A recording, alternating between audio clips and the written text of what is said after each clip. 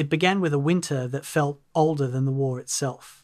A winter that pressed down on Alsace, with a cold so deep it seemed to seep through stone, through skin, through memory.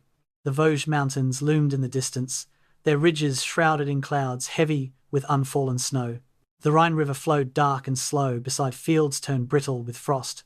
Villages stood silent beneath white roofs, each chimney sending thin trails of smoke into air that barely moved. On the surface, the land seemed still peaceful even, but beneath that stillness lay something tense, something frozen in more than temperature. The Colmar Pocket existed not as a shape on a map, but as a wound, a wedge of German-held territory trapped on the west bank of the Rhine, long after the rest of France had been liberated. It sat there like a jagged fragment of an old world, refusing to let go, defended by remnants of divisions worn thin by months of retreat and battle. For the Allied armies surrounding it, the pocket was a problem that grew heavier with each passing week. It threatened supply lines, it disrupted plans, it pulled attention and resources into a region where winter already fought fiercely against every step. In those early days of 1945, the soldiers entering the Colmar region carried the fatigue of a long war etched into their faces. Many had walked through Normandy's hedgerows, through the rubble of Paris, through the mud of the Vosges. Their uniforms were patched, their boots cracked, their breath curled into the icy air as they marched past villages that looked like they belonged to a painting, not a battlefield, half-timbered houses leaning gently beneath snow-dusted roofs, church steeples rising above fields glazed with frost. But the Colmar Pocket did not care for beauty. It cared only for survival. German forces defending the pocket understood exactly what losing this ground meant. If the Allies pushed them out, the Rhine River, the last natural barrier before Germany's heartland, would become exposed. And so they clung to their positions with a desperation sharpened by the knowledge that retreat was no longer an option. They fortified cellars, they dug trenches in frozen soil that cracked like old pottery. Machine gun nests lay hidden behind hay bales and orchard walls. Mortars waited in barns. Snipers watched from attics where frost grew along the glass. The first Allied units to press into the pocket fought a battle against two enemies, the defenders and the winter. Snow fell relentlessly, thickening day by day. Ice-coated rifles, engines struggled to turn. Artillery shells landed with dull thuds, muffled by layers of snow. Men slipped on frozen paths as they carried ammunition forward. Medic teams trudged through white drifts to reach the wounded. Communication lines snapped beneath the weight of snow-laden branches. The cold slowed everything, every movement, every decision, every heartbeat. French forces, determined to reclaim Alsace, fought with a kind of fierceness born from memory and homecoming. They advanced house by house, reclaiming villages still holding the shadows of occupation. American units supported them, pushing through vineyards now buried beneath winter's blanket, crossing streams turned to jagged sheets of ice, navigating roads where vehicles slid sideways with every shift in gear. The battle did not move quickly. It lurched. It stalled. It advanced in sudden bursts before winter dragged it back into silence. In the town of Colmar itself, the streets echoed with ghostly quiet, as if the buildings, old and proud, were holding their breath. Windows shattered from artillery impacts, let cold winds sweep through empty rooms. Snow blew across cobblestones stained with soot. The cathedral stood tall but weathered, its stone darkened by years of war. Every corner felt like a threshold into uncertainty. The Allies pushed toward the Rhine with determination, but the German defenders counterattacked relentlessly. They struck at dusk, when snow turned the world a dim blue. They struck at dawn, when visibility barely stretched beyond a few feet. They struck at night, using the forest shadows as their shield. Each time they were forced back, each time they returned weaker, but still they returned. And the winter watched it all, unmoving, unforgiving, uninterrupted. When tanks rolled forward, their treads cracked the ice beneath them. When infantry advanced through vineyards, the snow swallowed their footsteps. When artillery lit the horizon, the flashes reflected off frost like distant lightning. When men collapsed from exhaustion, the cold wrapped around them like a second skin. The Colmar Pocket was not a battle of glory, it was a battle of endurance. It demanded patience. It demanded resilience. It demanded strength disguised as quiet persistence. And slowly, painfully slowly, the pocket began to shrink. Village by village, field by field, ridge by ridge, bridge by bridge.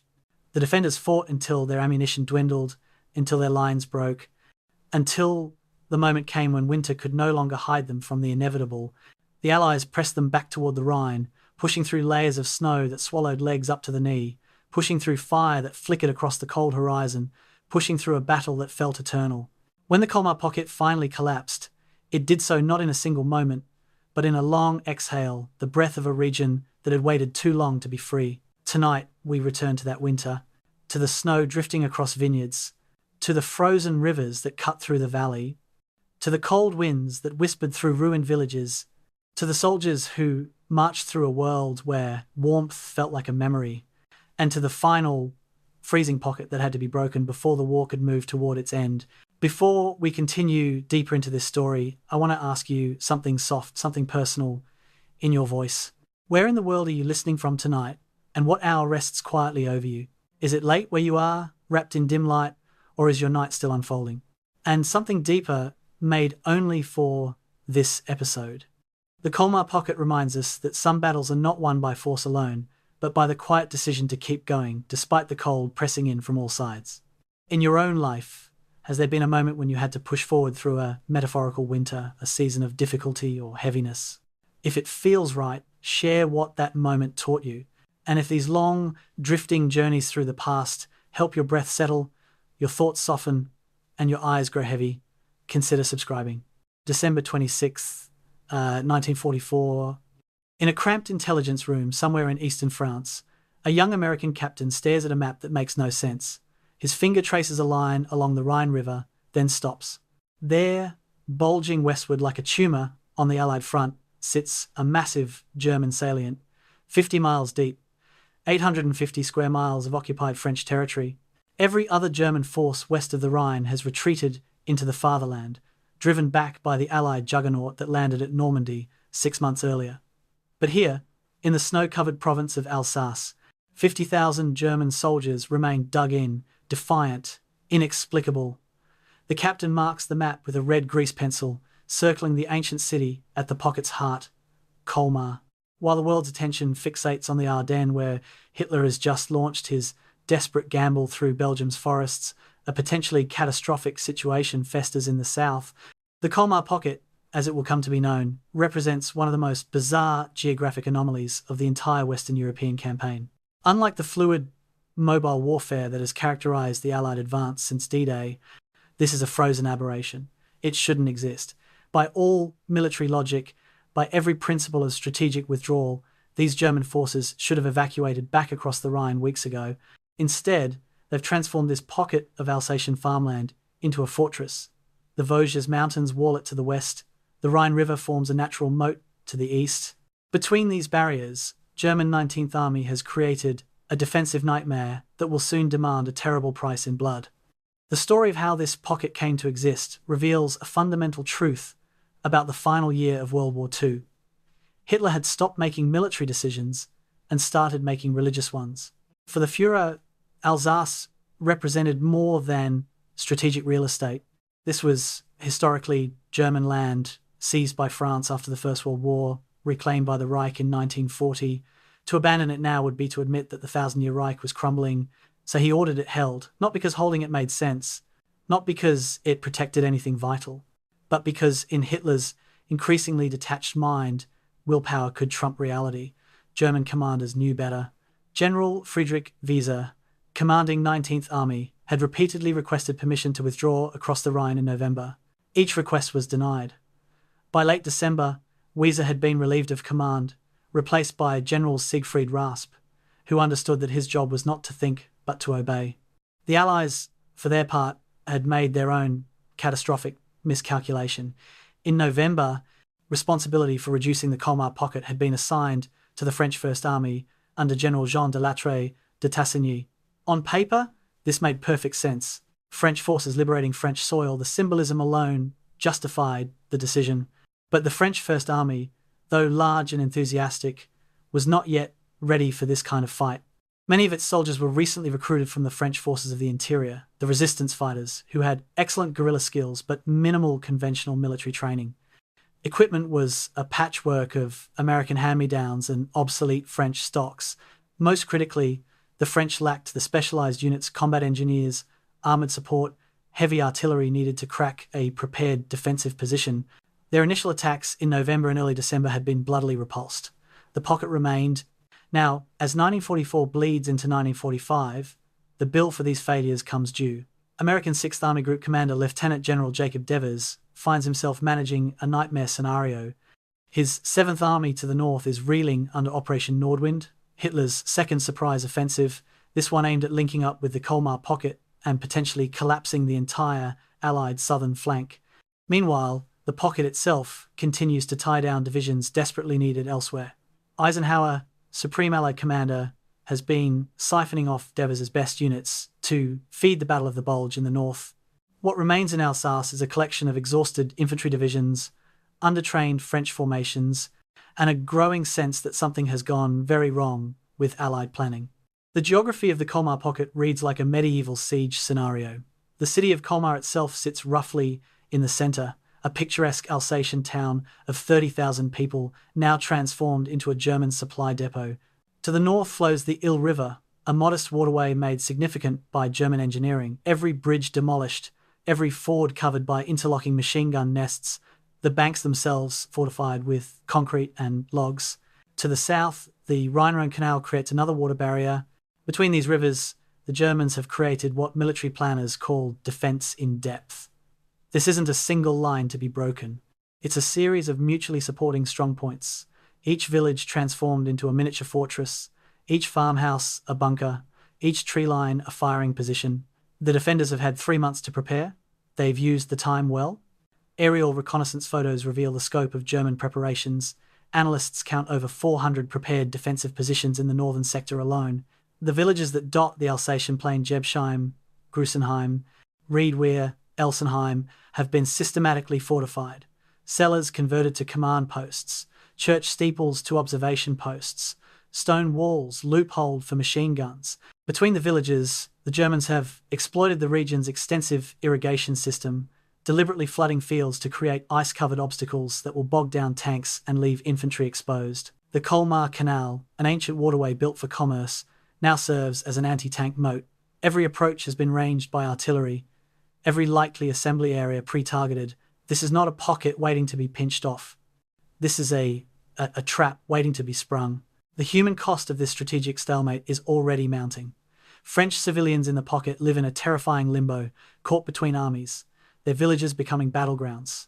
German supply convoys still cross the Rhine on pontoon bridges, bringing ammunition and reinforcements even as the pocket shrinks. American units stationed along the pocket's perimeter have learnt to treat their sector with respect bordering on dread. What was initially considered a quiet sector, a place to rest units battered in earlier fighting, has revealed itself to be anything but quiet. Patrols disappear, probing attacks meet savage resistance. The Germans aren't just defending this ground, they're willing to die for it, and nobody in the Allied command structure has yet figured out why. In Washington and London, the Colmar Pocket barely registers. News coverage focuses obsessively on the Bulge Bastion, Patton's relief column, the heroic stand of American paratroopers. In the war rooms of Versailles, where Eisenhower's staff manages the vast machinery of Allied strategy, Alsace is a sideshow, a problem to be resolved once more pressing matters are settled. But in the frozen fields and shattered villages around Colmar, soldiers on both sides understand a different truth. This forgotten corner of France is about to become the site of one of the war's bloodiest, most brutal battles. The Colmar Pocket is about to exact a price that will shock even veteran units hardened by years of combat. And when it's over, when the last shot is fired and the final casualty counted, the world will barely notice. This is the battle that history will forget.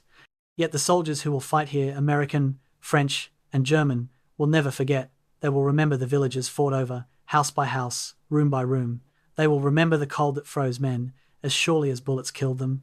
They will remember the rivers that became graveyards and the fields that became killing zones. They will remember the strange, surreal quality of fighting in January 1945 for a piece of France that should have been liberated months earlier, against a German army that should have long since retreated, in a battle that served no clear strategic purpose beyond political pride and military stubbornness. The Colmar Pocket is about to become one of World War II's great paradoxes, a major battle that almost nobody knows happened, a turning point that turned nothing, a victory that felt like failure. But first, it has to be fought. January 1st, 1945, midnight has just passed when German artillery opens fire along a 100-mile front in northeastern France. Operation Nordwind, Northwind, has begun. In villages from the Vosges Mountains to the German border, American soldiers celebrating the New Year dive for cover as shells tear through buildings they thought were safely behind the lines. This is Hitler's second surprise offensive in 3 weeks, and it's aimed directly at the weakest link in the Allied chain, Lieutenant General Alexander Patch's 7th Army. The objective is audacious to the point of madness. Drive south from the Saar region, link up with the German forces in the Colmar Pocket, trap and destroy multiple American divisions, prove that the Wehrmacht still has fangs. In Berlin, Hitler studies maps and sees victory. On the ground, German soldiers advance into a nightmare that will cost them everything. What makes Nordwind particularly surreal is its commander, Heinrich Himmler, architect of the Holocaust, head of the SS, a man with no military training whatsoever, has been placed in charge of Army Group Upper Rhine. It's a decision born of Hitler's growing distrust of his professional military officers, whom he blames for every German defeat. Himmler has proven his loyalty through mass murder. Now he'll prove his military genius by destroying the American 7th Army. Except Himmler doesn't understand maps. He doesn't understand logistics. He doesn't understand that warfare requires more than fanatical will. His orders are contradictory, his timeline impossible, his grasp of tactical reality non-existent. German field commanders receive instructions that change hourly, that demand simultaneous attacks in opposite directions, that ignore terrain and weather and basic military common sense. Thousands of German soldiers will die following orders from a man playing general like a child plays soldier. The Americans, caught off guard, react with the resilience that has characterized their fighting since Normandy. 7th Army has been stripped of many of its best units, sent north to help contain the Bulge, but what remains are veterans who know how to fight. The VI Corps under Major General Edward Brooks bends but doesn't break. Villages change hands multiple times. The fighting in the Vosges foothills becomes a confused hell of night attacks, friendly fire incidents, and small unit actions where sergeants and lieutenants make the difference between holding and collapsing. By January 5th, 7th Army has given ground but maintained cohesion. The German advance has stalled short of its objectives, but the crisis is far from over. Hitler's operational concept, however poorly executed, contains a real threat. If Nordwind can push far enough south to link with the Colmar Pocket, the entire Allied position in Alsace unravels. For General Jacob Devers, commanding 6th Army Group, the situation has become a chess problem with no good moves.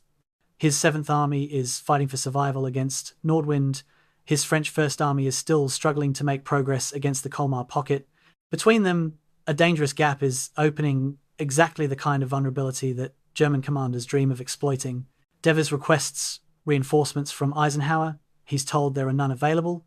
Every available unit is committed to the Bulge. He requests permission to temporarily withdraw from exposed positions.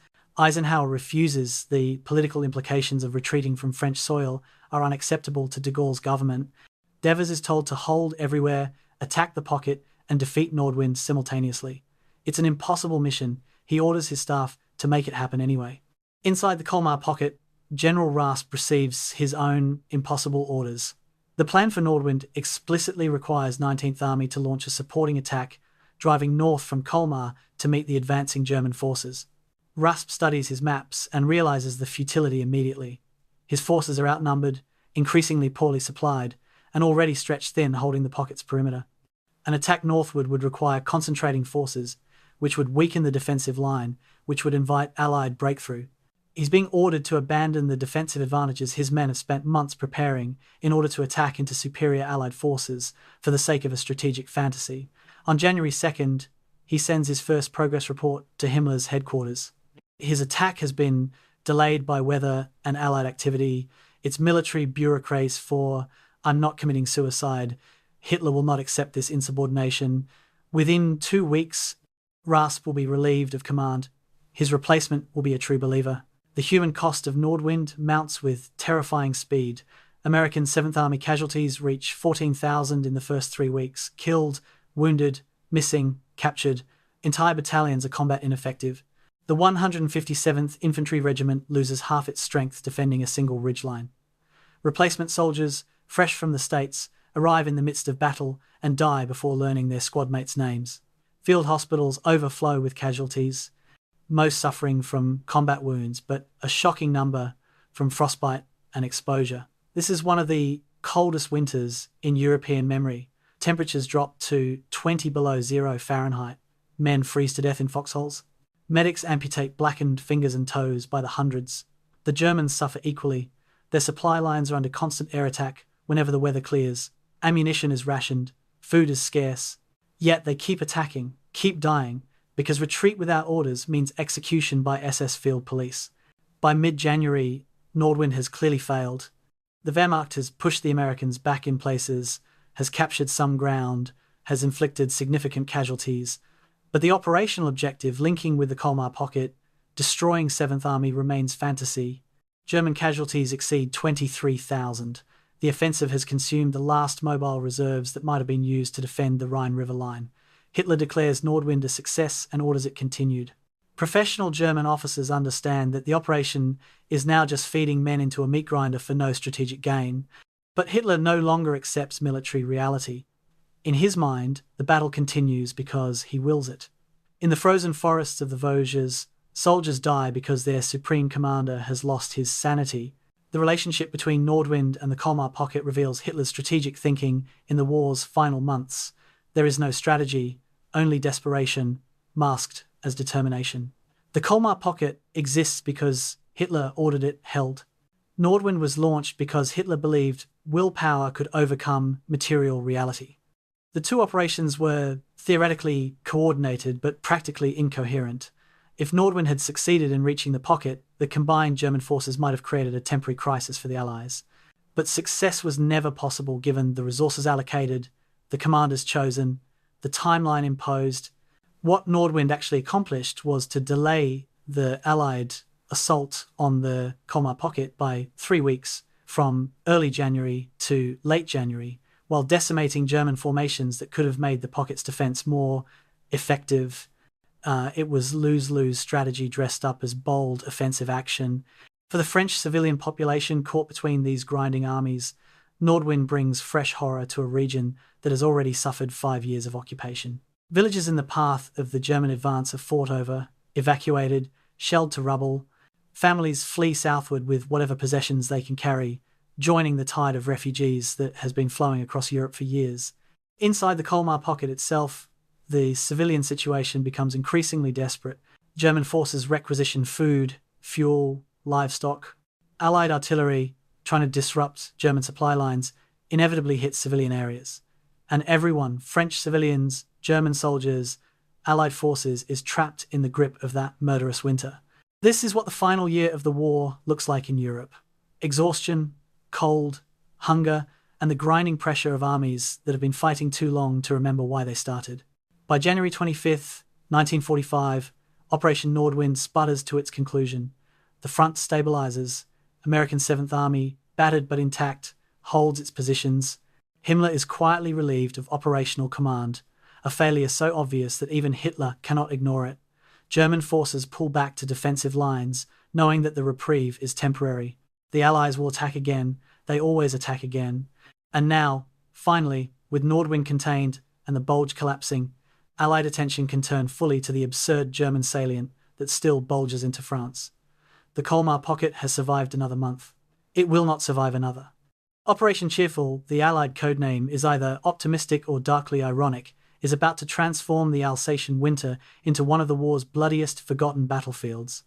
The bill for strategic stubbornness is about to come due, and soldiers on both sides will pay it in full. November 20th, 1944. General Jean de Latreille de Tassigny stands before a map of Alsace, his finger jabbing at the Colmar Pocket with theatrical intensity. Around him, French and American staff officers watch as their commander promises that French First Army will reduce this German salient within 2 weeks. It's a bold prediction from a bold man. De Latreille is France personified, proud, volatile, brilliant, and haunted by his nation's humiliation. He was imprisoned by Vichy for refusing collaboration, escaped, fought his way to command, and now leads 250,000 men wearing French uniforms. This is his chance to prove that France has not merely been liberated but has reclaimed its martial soul. The Americans in the room remain politely skeptical. They've seen French First Army's equipment, they know its composition. 2 weeks seems optimistic. They have no idea how catastrophically optimistic it actually is. The French First Army in November 1944 is a military force held together by pride, patriotism, and American logistics. Its 12 divisions contain some truly excellent units: the 2nd Moroccan Division, the 1st Armoured Division, veteran colonial troops who fought from Tunisia through Italy, but they're intermixed with hastily formed units composed of FFI fighters, the resistance members who've traded their armbands for uniforms. These men are brave, motivated, and completely unprepared for conventional warfare against prepared German positions. They know how to ambush, sabotage, assassinate. They don't know how to coordinate artillery support, execute combined arms operations, or assault fortified villages in sub-zero temperatures. The French lack heavy artillery, adequate armour, specialised engineering equipment, even sufficient winter clothing. What they have in abundance is determination and the crushing political weight of national redemption. The political dimension of French First Army's role cannot be overstated. At the Yalta Conference, scheduled for February, the victorious Allies will divide post-war Europe. France's seat at that table depends entirely on its contribution to victory. If French forces are sidelined, relegated to occupation duty while Americans and British do the real fighting, de Gaulle's government loses legitimacy. The general himself has made this brutally clear. France must participate in liberating French soil, must be seen as a partner, not a protégé, must earn through blood what politics alone cannot guarantee. So when Eisenhower's staff suggests that American forces should reduce the Colmar Pocket while French units operate in supporting roles, de Gaulle's response is volcanic. French forces will lead. French forces will liberate Colmar. The suggestion that they might not be capable is treated as an insult to the nation itself. The first French attacks in late November reveal uncomfortable truths. On December 5th, the 2nd Moroccan Division assaults German positions near Guimar, attempting to push toward the Ill River. The attack is brave, aggressive, and doomed. French infantry advance across open ground into prepared German defences. Machine guns cut down companies. Artillery, inadequate and poorly coordinated, falls too far behind the advancing troops to suppress German positions. French armour, trying to support, bogs down in irrigation ditches that German engineers have deliberately transformed into tank traps. By nightfall, the 2nd Moroccan has lost over 800 men and gained roughly 600 yards. The bodies of French soldiers lie frozen in beet fields, their blood turning the snow pink, their sacrifice buying nothing except the harsh education that courage alone cannot crack a prepared defence. De Latrey's crisis is both military and political. Militarily, he knows his army isn't ready for this mission. He needs more heavy artillery, more engineering support, more time to train his hastily assembled units. Politically, he cannot admit weakness. To request that French First Army be relieved of responsibility for the Colmar Pocket would be to validate every skeptical comment from British and American commanders who doubt French military competence. Winston Churchill has already sent cables to Roosevelt expressing concern about French fighting ability. American commanders, trying to be diplomatic, speak in their reports of French enthusiasm and spirit, the kind of faint praise that damns through a mission. De Latrey is trapped between the reality of his army's capabilities and the necessity of national pride. He continues to attack. His men continue to die. The pocket remains intact. Behind the scenes, an ugly debate unfolds in Allied high command. General Dwight Eisenhower faces pressure from multiple directions. His deputy, British Air Chief Marshal Arthur Tedder, argues bluntly that the French should be relegated to static defence while American forces reduce the pocket. General George Patton, never diplomatic, refers to French First Army in terms that would cause international incident if made public. Jacob Devers, who actually commands French First Army as part of 6th Army Group, tries to thread an impossible needle respecting French political sensitivities while acknowledging military realities. His solution is to request massive American support for French operations.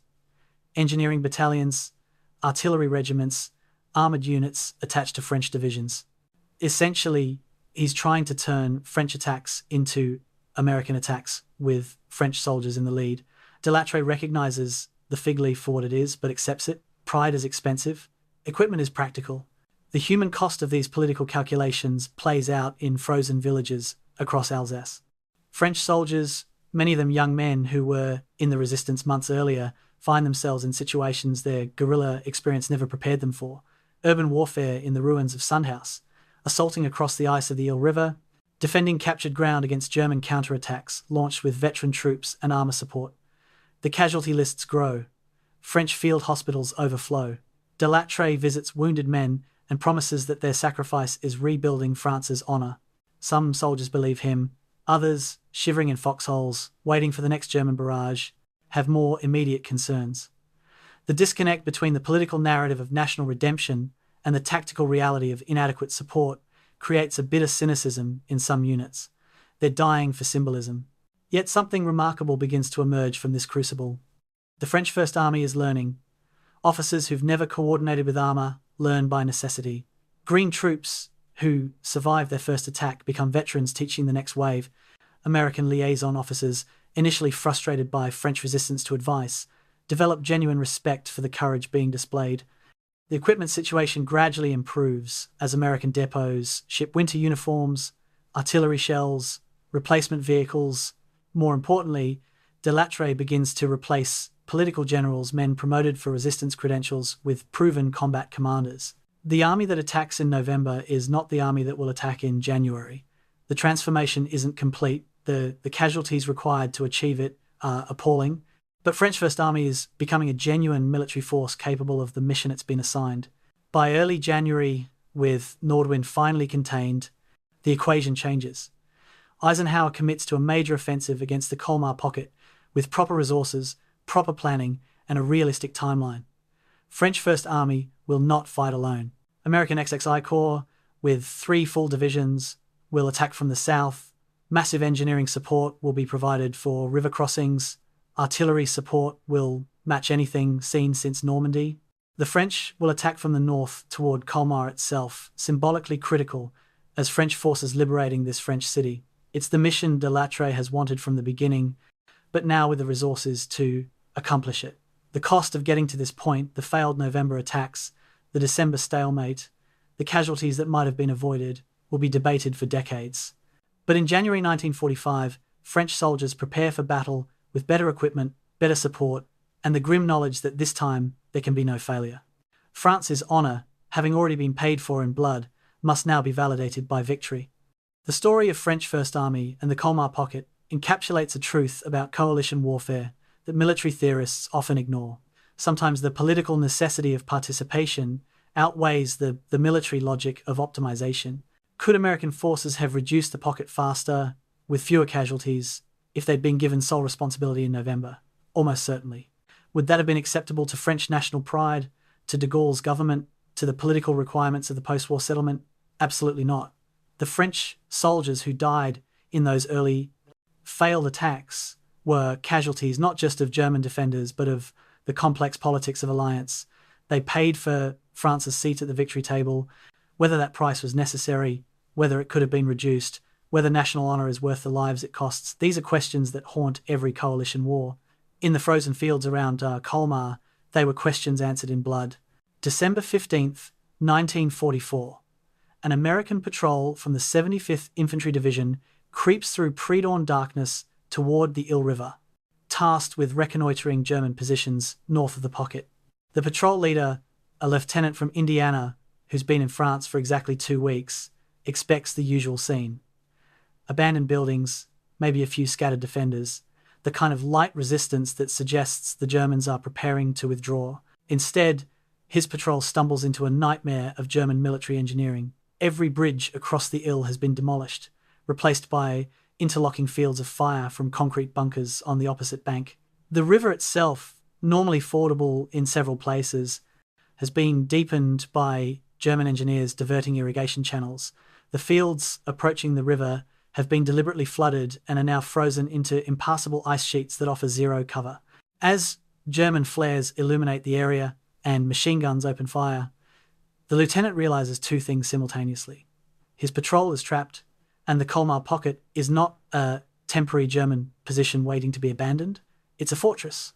The transformation of the Colmar Pocket into a defensive masterpiece began in October 1944, when it became clear that Allied forces would reach Alsace faster than anticipated.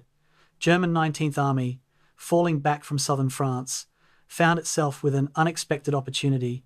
The region's geography, rivers, canals, dense villages, mountainous terrain to the west, offered natural defensive advantages. Given time and engineering resources, it could become a killing ground. Hitler's order to hold the position gave German commanders exactly what they needed: time. For 3 months, while Allied forces focused on breaching the West Wall and reaching the Rhine farther north, German engineers worked methodically to turn Alsatian geography into a fortress. The Ill River became the northern anchor of the defense, running roughly west to east before turning south to join the Rhine. The Ill is not a major waterway, perhaps 60 feet wide, 6 feet deep, under normal conditions, but German engineers understood that in warfare, even modest obstacles become significant if properly exploited. Every bridge was dropped into the water, stone pylons were demolished with shaped charges, wooden structures were burned. At every likely crossing point, German pioneers constructed mutually supporting bunker complexes, concrete and logs reinforced with earth, proof against anything short of direct artillery hits. Machine gun positions were sited to create interlocking fire across the river's approaches. Mortars were pre-registered on likely assembly areas. The message was clear: crossing the Ill would require specialized equipment, careful planning, and a willingness to accept heavy casualties. South of Colmar, the Rhine-Rhone Canal provided a similar obstacle. This ancient waterway, built for commerce, became a military moat. German engineers widened it in key sections, demolished locks to control water levels, and fortified both banks. Between the Ill and the canal, a network of smaller waterways, irrigation ditches, drainage channels, the Colmar Canal itself created a maze of obstacles. The region's agriculture, traditionally dependent on irrigation, now served military defense. Fields were deliberately flooded using the irrigation infrastructure. In the December cold, these flooded areas froze into glassy surfaces that would offer no cover to attacking infantry and would bog down any vehicle attempting to cross. The Germans had weaponized water itself. The villages between these water obstacles became individual fortresses: Jebsheim, Grossenheim, Riedwihr, Elsenheim, Sundhaus, Maison Rouge. Names that meant nothing to American and French soldiers in November would soon be written in their nightmares. German pioneers transformed these settlements systematically. Stone houses had their walls loopholed for rifles and machine guns. Cellars became command posts and aid stations, connected by trenches to provide protected movement. Church steeples, visible for miles across the flat Alsatian plain, became observation posts, allowing German artillery spotters to direct fire with devastating accuracy. Barns were converted into vehicle shelters and ammunition storage. Between villages, the Germans constructed field fortifications, trenches, foxholes, bunkers, creating defense in depth where, even if attackers captured one position, they'd immediately face the next. The sophistication of these defenses shocked Allied intelligence officers when aerial reconnaissance finally revealed their extent. Analysts counting defensive positions in the northern sector alone identified over 400 distinct fortifications. This wasn't a hasty defensive line thrown together during retreat. This was systematic military engineering, the product of German institutional expertise in defensive warfare accumulated over 30 years. The positions were mutually supporting. Each bunker could provide covering fire for its neighbours. They were camouflaged, using local materials and avoiding the rectangular shapes that show up clearly in aerial photos. They were supplied with ammunition stockpiled and communications trenches, ensuring runners could move between positions even under artillery fire. Most critically, they were designed to channel attackers into kill zones where German artillery, mortars, and direct fire weapons could achieve maximum effect. German ammunition stocks revealed another dimension of the pocket's preparation. Allied intelligence, examining captured documents and interrogating prisoners, discovered that 19th Army had accumulated a 3-month supply of artillery shells, small arms ammunition, and mortar rounds. This material was distributed among fortified ammunition dumps throughout the pocket, ensuring that even if Allied advances cut off some positions, others would remain supplied. The Rhine bridges, still intact despite Allied air attacks, allowed continued resupply from Germany itself, though at considerable cost. Every convoy crossing the Rhine ran a gauntlet of Allied fighter bombers, Truck drivers had average life expectancy measured in weeks. But enough supplies got through to sustain the defense, which was all that mattered to commanders tasked with holding impossible positions. The villages themselves became studies in microterrain exploitation. Take Jebsheim, a farming community of perhaps 500 people in peacetime, now transformed into what German defenders called a hedgehog, a position that could be attacked from any direction but would wound any attacker. The village church, with its tall steeple, became an artillery observation post from which German spotters could direct fire across square miles of Alsatian farmland. The stone houses, built solidly in traditional Alsatian style, had their windows bricked up except for firing slits. Basements were connected by tunnels hacked through foundation walls, creating a network that allowed defenders to reposition without exposing themselves to fire. The village cemetery, with its stone walls and iron fences, became a defensive strongpoint. Even the village fountain, a decorative centerpiece in peacetime, was incorporated into the defense, its stone basin filled with sandbags to create a machine gun position. Every square meter of Jebsheim had military purpose. The German forces manning these defenses were a mixture of quality and desperation that characterized Wehrmacht units in late 1944. Core elements of 19th Army included veteran formations like the 708th Volksgrenadier Division and the 716th Infantry Division units that had been rebuilt after earlier losses but retained experienced cadres of NCOs and officers. These veterans understood defensive warfare, knew how to coordinate with artillery, maintained discipline under fire, but they were increasingly mixed with Volkssturm, the People's Militia, conscripting teenagers and old men, and with fortress battalions of limited training and questionable morale. The result was a force whose quality varied wildly from position to position. Some bunkers were manned by veteran machine gunners who would fight to the last round. Others held frightened boys who would surrender at first opportunity. Allied attackers couldn't know in advance which type they'd face. The weather became the final element of the pocket's defense.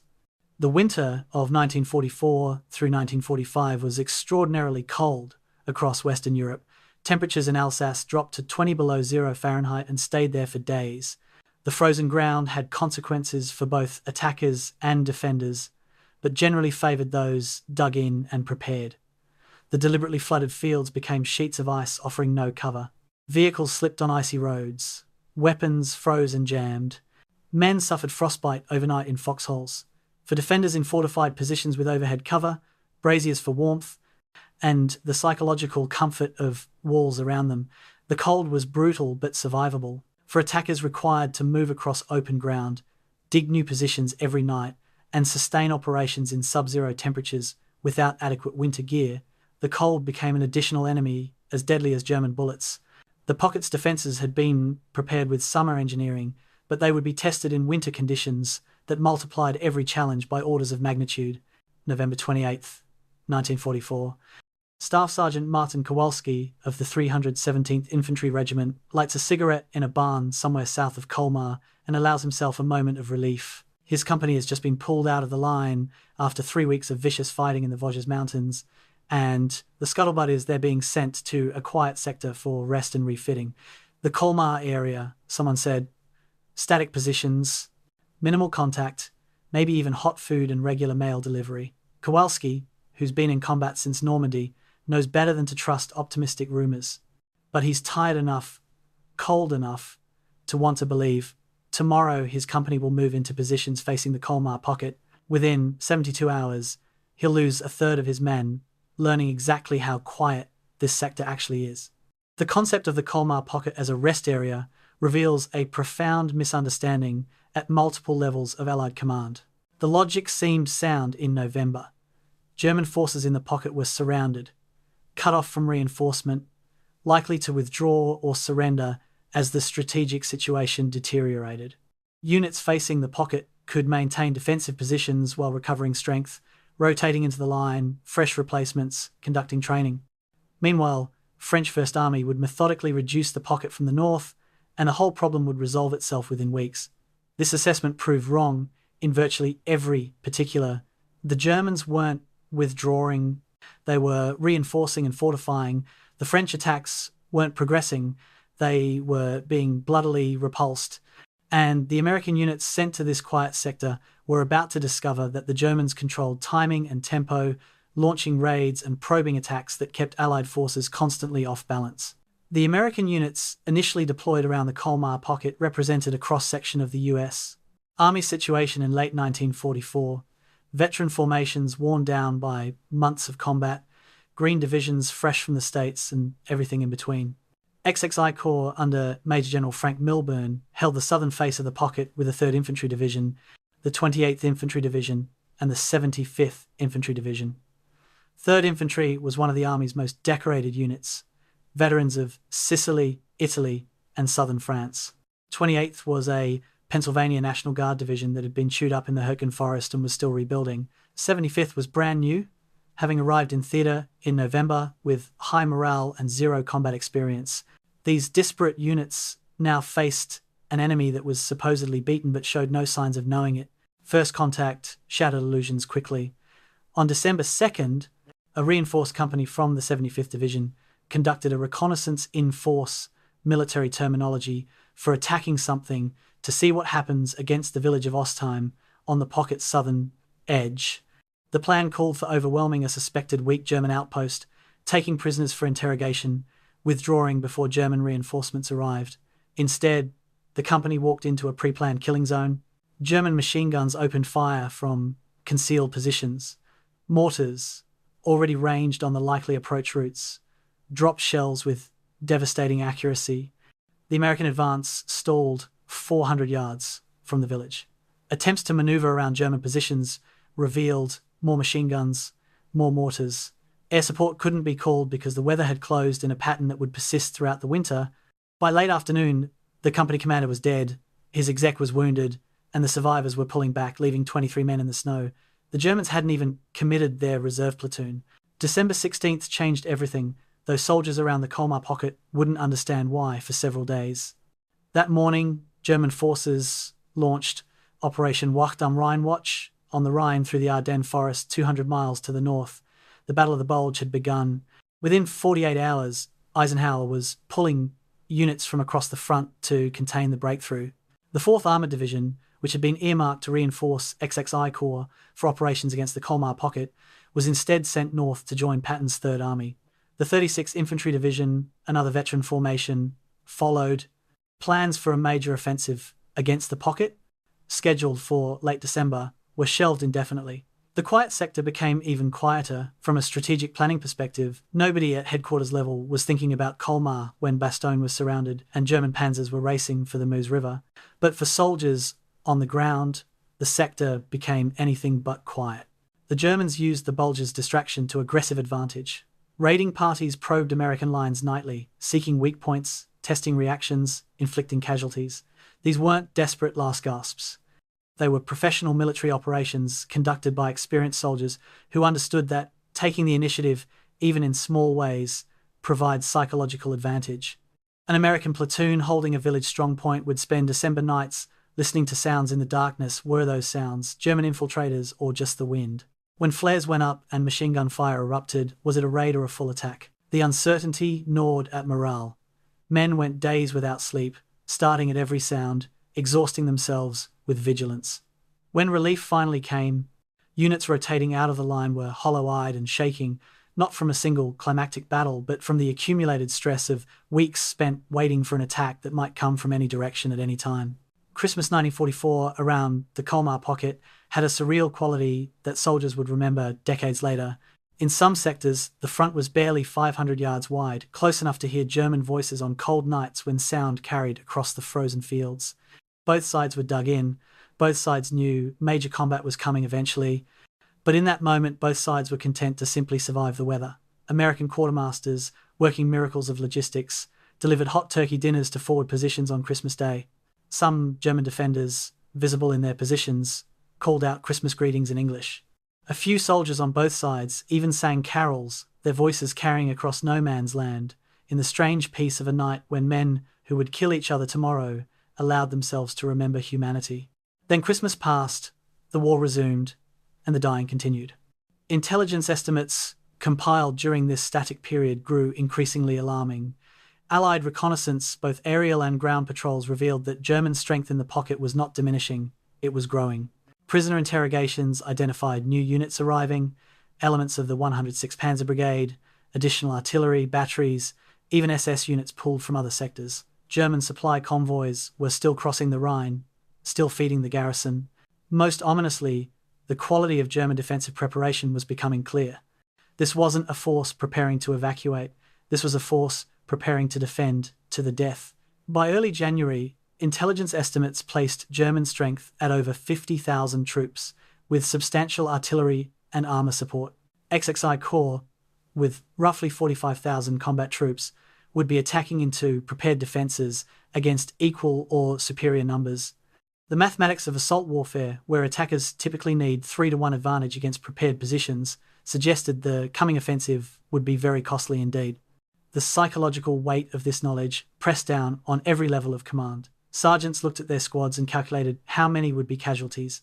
Company commanders studied maps and identified which platoons would take the initial shock. Battalion and regimental staffs planned operations, knowing their casualty estimates, typically expressed in percentages like acceptable losses up to 30%, represented hundreds of specific soldiers under their command. At corps level, General Milburn received his orders for the offensive and understood that when historians tallied the cost, his name would be attached to the casualty lists. There was no choice about attacking. The pocket had to be eliminated for strategic, political, and practical reasons. But that necessity didn't make the coming slaughter any easier to contemplate. Training during this static period took on desperate urgency. Green units that had never conducted river crossings under fire practiced with engineer battalions. Veterans who'd fought in the bocage of Normandy or the forests of the Vosges now studied urban warfare tactics, how to clear buildings room by room, how to use explosives to breach walls, how to suppress fire from prepared positions. New equipment arrived: flamethrowers for bunker assault, Bangalore torpedoes for clearing obstacles, improved cold weather gear that would prove inadequate but was better than nothing. Soldiers wrote letters home, carefully cheerful, not mentioning the rumours about the coming offensive or the fact that their quiet sector was about to become a killing ground. Chaplains conducted more services, sensing the need. Medical units stockpiled plasma, morphine, bandages, preparing for the flood of wounded that experienced combat medics could feel coming, like barometric pressure before a storm. By January 5th, 1945, the orders finally came down. Eisenhower, with the Bulge contained and German forces reeling back across Belgium, authorised General Devers to proceed with operations against the Colmar Pocket. D-Day was set for January 20th, later delayed to the 22nd to allow more preparation time. The silent sector was about to explode into one of the Western Front's most brutal sustained battles. Soldiers who'd spent weeks in static positions, who'd come to know every tree and building in their sector, who'd developed the false sense of permanence that static warfare creates, now received the news that everything was about to change. Some men were relieved action was better than waiting. Others felt cold dread, the veterans' knowledge that what's coming will be worse than anything experienced so far. All of them began the final preparations: cleaning weapons, checking equipment, writing one more letter home. The quiet was ending. The storm was about to break. January 12th, 1945. In a commandeered chateau 20 miles west of the Colmar Pocket, American and French staff officers crowd around tables covered with maps, aerial photographs, and intelligence reports. The air is thick with cigarette smoke and tension.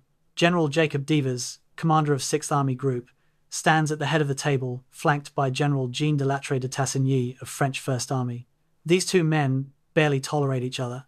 Devers, methodical and professional, views de Lattre as a political general whose theatrical style puts French pride above military effectiveness.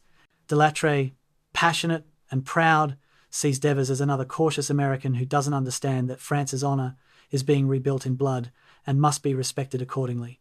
Now they must coordinate an operation that requires their forces to function as a single army. The battle plan they're finalising has the optimistic codename Cheerful.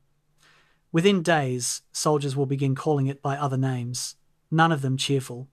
The strategic concept for reducing the Colmar Pocket is straightforward in theory, nightmarishly complex in execution.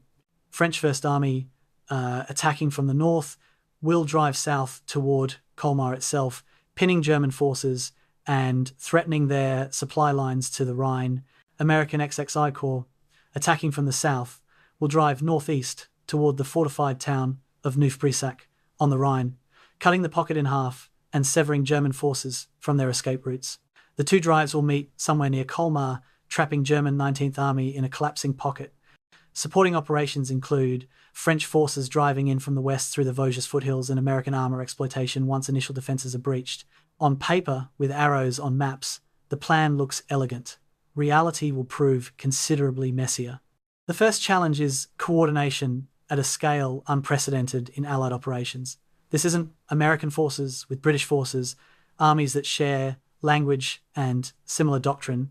This is Franco-American cooperation requiring literal translation of every order, reconciliation of different tactical approaches, integration of different equipment systems. French and American artillery use different calibers. French and American radios operate on different frequencies. French tactical doctrine, influenced by their experience in Italy and North Africa, emphasizes infiltration and maneuver. American doctrine, shaped by industrial warfare philosophy, favors overwhelming firepower and systematic reduction of strong points. Merging these approaches requires weeks of work by liaison officers, creating what one American colonel calls a tactical dictionary, translating concepts between military cultures. The equipment transfer becomes a logistical miracle that gets overlooked in later histories. In 1 week, American supply depots shipped to French First Army 12,000 complete winter uniforms, 4,500 vehicles including trucks and half-tracks, hundreds of radios, 3,000 tons of artillery ammunition, specialized river crossing equipment, flamethrowers, Bangalore torpedoes, and countless smaller items from mess kits to medical supplies. This isn't American generosity, it's American necessity. If French forces attack without proper equipment, they'll fail, which means American forces will be exposed, which means the entire operation fails. The transfer represents pragmatic recognition that coalition warfare sometimes requires one partner to equip the other. French soldiers receiving these supplies experience complicated emotions: gratitude for the practical help, resentment that they need it, determination to prove they deserve it. Artillery preparation for Operation Cheerful involves concentrating firepower on a scale not seen on the Western Front since the Normandy breakout. 1,200 artillery pieces, American 105mm and 155mm howitzers, French 75mm guns, heavy 155mm long toms. Even captured German pieces pressed into service are registered on German positions throughout the pocket. Fire plans are meticulously prepared, identifying key strong points, bunker complexes, artillery positions, command posts. The concept is deliberate breaching, systematically destroying German defenses through overwhelming firepower before infantry attacks, rather than relying on maneuver to avoid them. It's warfare as engineering problem, breaking fortifications the way engineers break rock. The human cost of sitting in a bunker while hundreds of shells explode around it, even if the bunker holds, is expected to shatter German morale. It's a theory that will be tested against German soldiers who've been enduring artillery fire for years and have developed remarkable psychological resilience. The river crossing problem drives engineering planning. The Ill River, with all its bridges destroyed, requires building new crossing points under fire. The 6th Engineer Special Brigade, specialist units trained in assault river crossings, receive priority deployment. They'll bring specialized equipment, M2 treadway bridges that can be assembled across 180-foot gaps, assault boats for infantry, smoke generators to screen crossing sites. The technique has been refined in Italy and along the Rhine: artillery suppression of enemy fire, smoke screening of crossing sites, rapid assault in boats by lead infantry, immediate construction of tactical bridges for vehicles. Each crossing is expected to take approximately 8 hours from start to first vehicles crossing, assuming everything goes perfectly. In combat, nothing goes perfectly. Engineers calculate they'll need to build 12 major bridges in the first 72 hours of operations. They calculate they'll take 40% casualties doing it. They prepare anyway, because without those bridges, the offensive stalls. D-Day is set for January 20th, then delayed to the 22nd to allow additional preparation. The delay frustrates Delattre, who's desperate for French forces to reach Colmar before anyone questions their role, but Devers insists, and Eisenhower backs him. Rushing into this offensive with incomplete preparation will cause unnecessary casualties. The extra 2 days are used for final reconnaissance, last-minute adjustments to fire plans, and one more attempt to improve coordination between French and American units. Liaison officers shuttle between headquarters, confirming frequencies, clarifying boundaries, ensuring that when French forces call for American artillery support or American units need French air controllers, the systems will actually work. It's unglamorous staff work that will save lives if done properly and cost lives if botched. The intelligence picture on the eve of attack is both encouraging and sobering. German strength is estimated at approximately 50,000 troops, but morale appears to be weakening. Desertion rates have increased. Prisoner interrogations reveal supply problems, ammunition shortages, and growing belief among German soldiers that the war is lost. Some units, particularly Volkssturm and replacement battalions, are expected to collapse under pressure. Other units, particularly SS and veteran Wehrmacht formations, are expected to fight savagely. The challenge is that intelligence can't tell which villages are held by which types of units. Every assault will be stepping into the unknown, discovering whether they face teenagers who'll surrender or veterans who'll fight to the last round. German artillery strength is estimated at 250 pieces, still sufficient to make every Allied advance costly. German armour is limited, perhaps 40 operational tanks and assault guns, but those 40 can still cause havoc in the flat Alsatian terrain. Final briefings on January 21st have the quality of final moments before execution. Battalion and company commanders gather their officers and NCOs, spread out maps, walk through the plan one more time. Every man learns his specific objective. This squad will assault that building, this platoon will secure that crossroad, this company will advance to that phase line. Medics are briefed on casualty collection points. Ammunition bearers learn resupply routes. Radio operators confirm their frequencies for the 100th time. Chaplains make themselves available, not pressuring anyone, but present for those who seek them. Some soldiers write final letters home, tucking them in pockets with instructions to mail if they don't come back.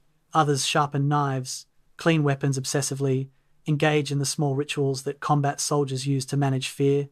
Veterans try to sleep, knowing what's coming, and understanding that rest now might mean survival later. New soldiers, experiencing their first night before battle, don't sleep at all. Weather reports predict cold but clear conditions, which means artillery observers will have good visibility and Allied air support can operate. This is critical. Allied air superiority is one of their few decisive advantages, and weather throughout December and early January has largely neutralized it. If the weather holds, thunderbolts and lightnings will strafe German positions, drop bombs on strong points, interdict supply routes. If clouds roll in, as they frequently do in Alsatian winter, everything becomes harder. Soldiers check the sky on the evening of January 21st, like farmers checking for rain, their lives dependent on meteorology. The sky is clear, stars are visible, the temperature drops towards zero. Morning will bring violence on a scale that even veteran soldiers cannot fully anticipate. At midnight, artillery batteries begin final checks. Ammunition is stacked beside guns. Fire missions are reviewed.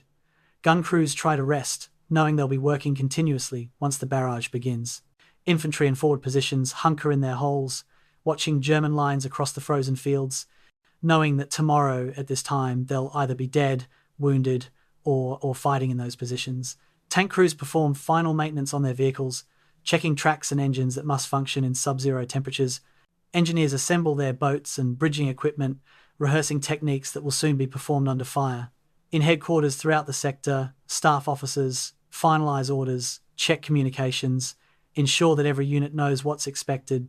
And in the darkness of the Colmar Pocket, German soldiers wait in their bunkers and fortified villages, knowing the assault is coming but not exactly when, checking their weapons and ammunition, preparing to defend ground that means nothing to them except that retreat without orders means execution.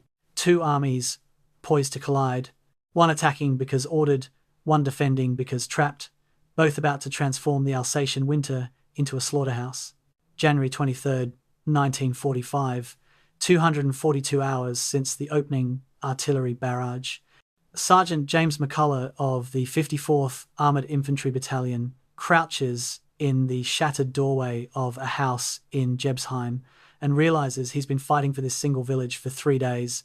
3 days of clearing buildings, room by room, street by street, losing men to machine guns and snipers and artillery, gaining yards and losing them again, existing in a nightmare where time has lost meaning and the world has contracted to the next house, the next wall, the next window that might hold a German soldier. His battalion came into Jebsheim with 500 men. He's not sure how many are left, because the command structure has fragmented into squad-level actions, each unit fighting its own isolated battle. What he knows is that the house across the street needs to be cleared, and his squad has been ordered to do it, and the house probably contains Germans who will kill some of his men, and there's no choice but to try anyway. This is what the battle for the Colmar Pocket has become. A series of private hells fought in frozen buildings by exhausted soldiers who can no longer remember what the strategic objective was supposed to be. The plan for taking Jebsheim had been neat on maps. American armor would suppress German positions with direct fire, artillery would pulverize known strongpoints, infantry would advance under this covering fire, clear the village systematically, consolidate, move on to the next objective. The plan survived approximately 30 minutes of contact with reality. German defences in Jebsheim represented defensive warfare perfected through years of experience. Every house was a bunker. Every basement was a fighting position. Walls had been loopholed for interlocking fields of fire that turned streets into killing zones. German defenders, mostly from veteran 708th Volksgrenadier Division, understood urban warfare intimately. They knew when to hold a position and when to abandon it, how to channel attackers into pre-planned kill zones, how to make Americans pay for every room of every building, and they'd been given weeks to prepare Jebsheim specifically for this fight. The fighting developed a rhythm that veterans would recognize from Stalingrad or Ortona or any of the other urban meat grinders of the war.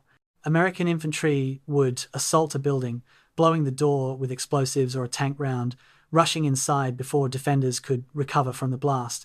The first floor might be clear Germans pulled back to upper floors where they had advantage of height and cover. Americans would throw grenades up the stairs, charge after the explosions, meet withering fire from Germans behind barricaded doors. If Americans cleared the second floor, Germans retreated to the attic or cellar. If Americans secured the building, German artillery would shell it, forcing Americans to evacuate or risk being buried in the rubble. Then Germans would counterattack, retaking the position Americans had just paid for in blood. Some buildings changed hands 4 times in a single day. Specific moments from the battle illustrate the intimate horror of this fighting. A bazooka team attempts to knock out a machine gun position firing from a cellar window. The first rocket misses, hits the wall above the window, does nothing. The second rocket penetrates the window, explodes inside, killing the gun crew. But the explosion also collapses part of the building, trapping 3 American soldiers in the debris.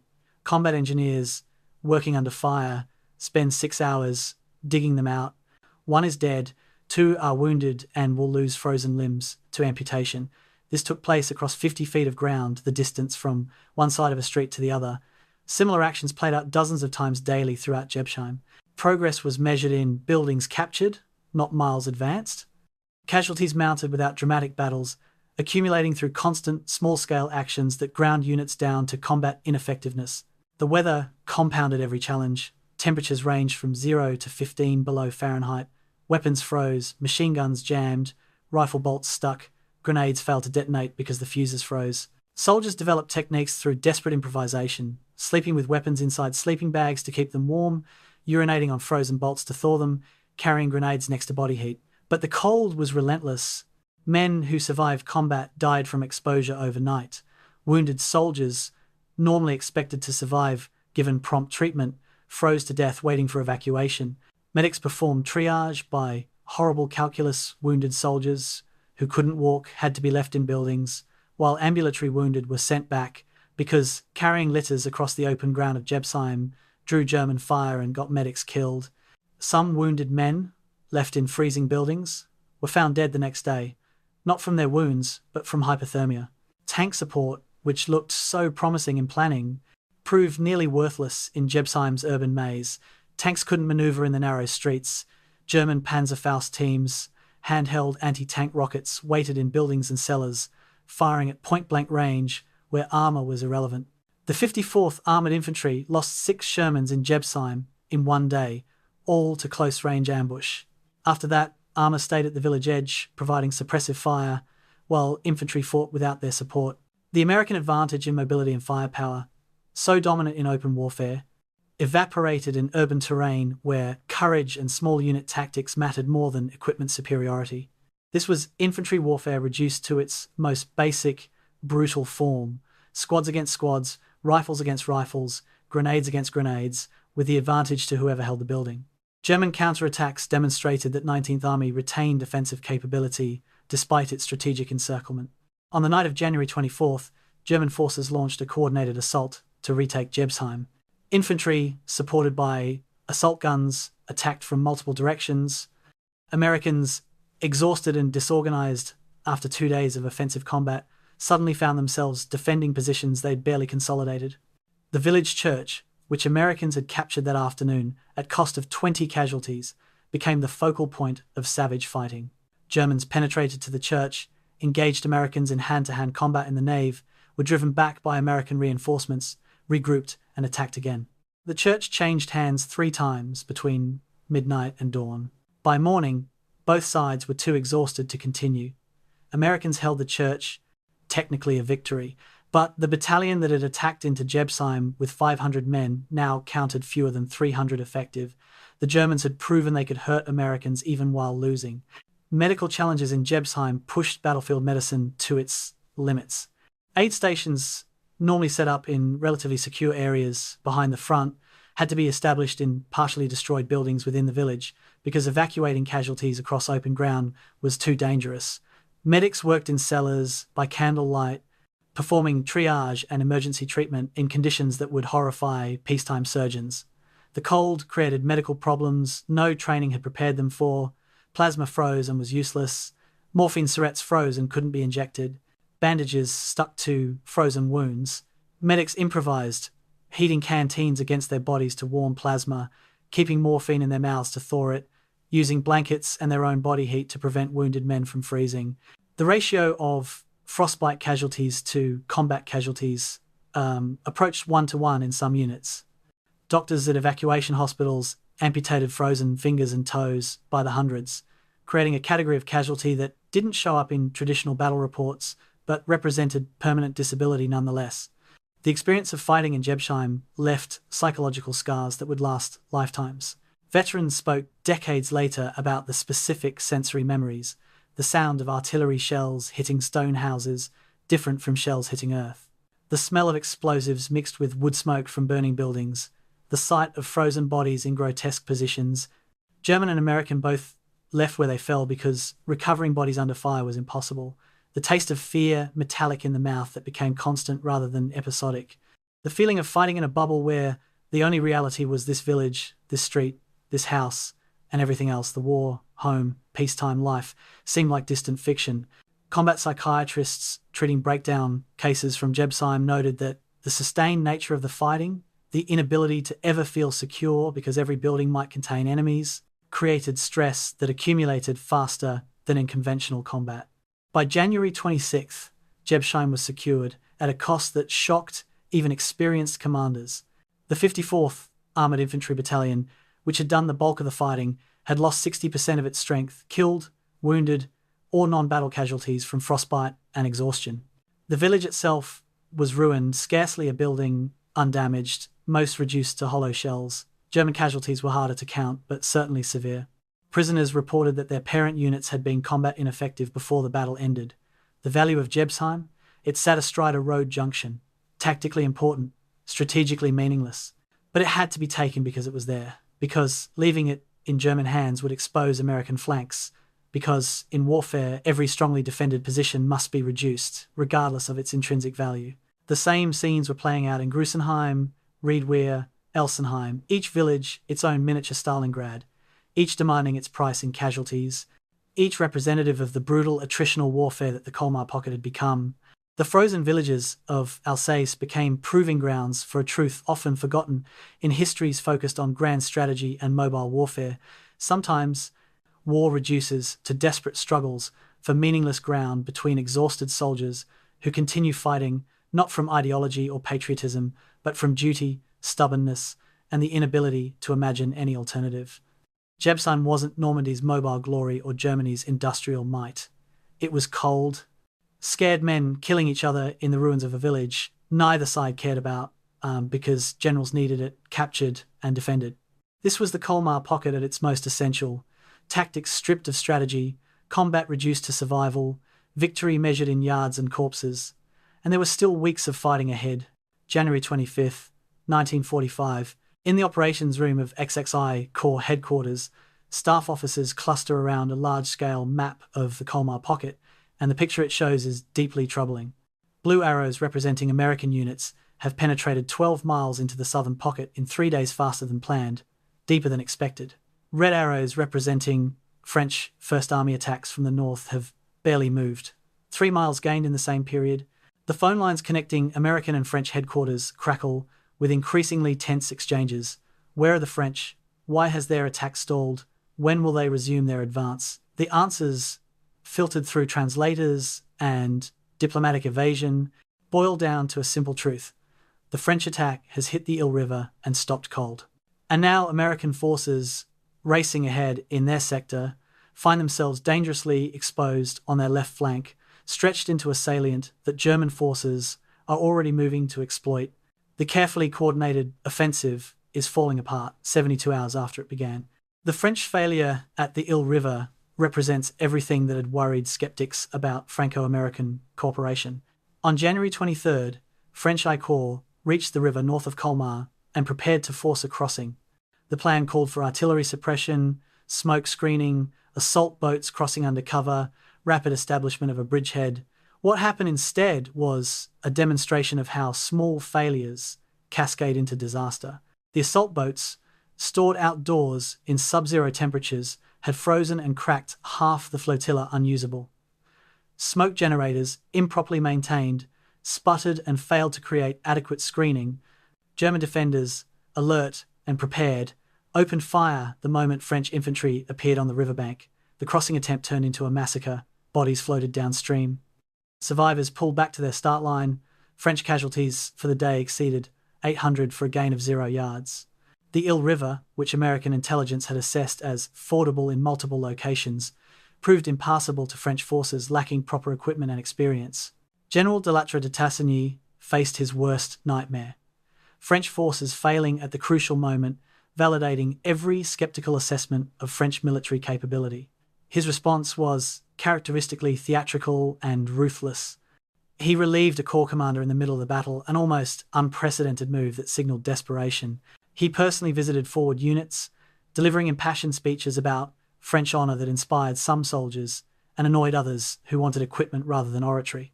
He demanded more American engineering support, more artillery, more of everything. But the fundamental problem wasn't motivation or leadership, it was capability. French First Army, despite improvements since November, still lacked the specialized units and experience needed for assault river crossings against prepared defenses. The Americans had these capabilities, the French didn't. No amount of courage or national pride could bridge that gap. Meanwhile, American forces in the south faced a different crisis born of their own success. The 28th Infantry Division and elements of the 12th Armored Division had punched through initial German defenses faster than anticipated. German units in the southern pocket, spread thin and surprised by the ferocity of the attack, had given ground. American spearheads advanced toward the Rhine, toward Neuf-Brisach, toward objectives that seemed suddenly achievable. But this rapid advance created an increasingly exposed left flank. The boundary between American and French sectors, carefully delineated in planning, now represented a gap. German forces, retreating before American pressure in the south but holding firm against French pressure in the north, recognized the opportunity. A counterattack into that gap could cut off American units, encircle entire battalions, turn rapid advance into catastrophic defeat. And German commanders were already preparing exactly that. The village of Maison Rouge became the focal point of the coordination crisis. This small settlement sat roughly at the boundary between American and French sectors, in the gap created by divergent rates of advance. On January 26th, German forces, elements of the 106th Panzer Brigade, supported by Volksgrenadier Infantry, launched a coordinated attack on Maison Rouge from 3 directions. The village was lightly held by an American reconnaissance company and a French infantry battalion that barely knew each other existed. The German attack, executed with veteran precision, overwhelmed the defenders in hours. By noon, nearly 5,000 German soldiers occupied Maison Rouge and were preparing to expand the penetration. American units to the south suddenly found German forces on their flank. French units to the north faced German forces that should have been retreating. The entire operational plan was unraveling. Communication breakdown compounded the tactical crisis. French and American units were using different radio frequencies, a problem identified in planning but never fully resolved. When the American reconnaissance company at Maison Rouge came under attack, they called for artillery support on their assigned frequency. French artillery units, monitoring different frequencies, never received the call. When French infantry tried to coordinate a counterattack with adjacent American units, their liaison officers couldn't make contact because American forward observers were monitoring different nets. Messages passed through runners took hours to traverse miles. By the time higher headquarters understood the scope of the crisis, German forces had consolidated their position. What should have been immediately contained through coordinated response instead became a deliberate operation requiring days to resolve because the Allied forces couldn't talk to each other effectively. General Milburn, commanding XXI Corps, made the agonizing decision to halt his advance. Units that had been driving toward the Rhine received orders to stop, dig in, face north toward the Maison Rouge penetration. The 12th Armoured Division, which had been exploiting the breakthrough and was within striking distance of cutting the pocket in half, was redirected to eliminate the German salient. It was precisely the right military decision and precisely the wrong political decision. French headquarters, already defensive about their stalled attack, interpreted the American halt as implicit criticism, as if Americans were saying, "We have to stop and fix your mess." Delatre's staff fired off messages insisting that French forces would eliminate the Maison Rouge problem themselves. American staff fired back that they couldn't wait for French forces that had already demonstrated inability to cross a river. The recriminations, conducted through formal military channels but dripping with national resentment, consumed hours better spent coordinating actual operations. The weather, which had been clear for the operation's first 3 days, now turned with almost malicious timing. On January 27th, fog rolled across Alsace, thick and cold, reducing visibility to 50 yards. Allied air superiority, one of the few decisive advantages in the offensive, evaporated. German forces, operating in defensive positions they knew intimately, could move and reposition under the fog's cover. Allied forces, attacking into unfamiliar terrain, lost the ability to see beyond their immediate front. Artillery support became problematic. Forward observers couldn't see targets, meaning fire missions relied on map coordinates and guesswork. The fog persisted for 4 days, 4 critical days, when the offensive's momentum stalled, when German forces reinforced threatened sectors, when Allied coordination problems compounded without the covering advantages of air support to compensate for ground force failures. Inside the Maison Rouge pocket, trapped German forces demonstrated the tactical competence that made Wehrmacht units dangerous even in hopeless strategic situations. They established all-around defense, created supply dumps from captured American stores, positioned their few remaining tanks to maximum effect. When American and French forces finally coordinated an attack to eliminate the salient on January 29th, they found prepared positions and determined defenders. The attack, launched by the 75th Infantry Division from the south and French forces from the north, turned into the kind of grinding combat that characterized the entire Colmar operation. Buildings cleared room by room, artillery duels at close range, tank destroyers engaging at ranges where both vehicles were certain to die. It took 36 hours to compress the Maison Rouge salient, another 12 hours to clear the last defenders. American casualties 380, French casualties 420. German casualties, estimated 1,200 plus 3,800 captured. The tactical victory came at operational cost, 3 days of offensive momentum lost, divisions exhausted, the carefully planned timeline for reducing the pocket now meaningless. The coordination crisis forced fundamental changes in Allied approach. Eisenhower, monitoring the offensive from Versailles, intervened personally. He directed that American engineering units be attached directly to French formations conducting river crossings. He authorized transfer of additional artillery to support French attacks. Most significantly, he clarified command relationships. Devers had authority to direct French operations if coordination failures threatened the offensive. This last point, communicated carefully to avoid humiliating de Gaulle's government, essentially placed French First Army under effective American control for operational purposes. Delatre accepted it because he had no choice, but the resentment would simmer for years. French officers would later write that their army's achievements in the Colmar battle were diminished by American interference. American officers would write that French pride nearly caused operational disaster. Both perspectives contained truth. Coalition warfare is always complicated by national sensitivities. The crisis at Maison Rouge and the French stall at the Ile River illustrated a painful truth about the Colmar offensive. The operation was succeeding despite coordination, rather than because of it. American forces, when operating independently in their sector, performed effectively. French forces, when given proper support, fought courageously and gained ground. But the interfaces between national forces remained friction points where small problems became large and where the enemy could exploit gaps.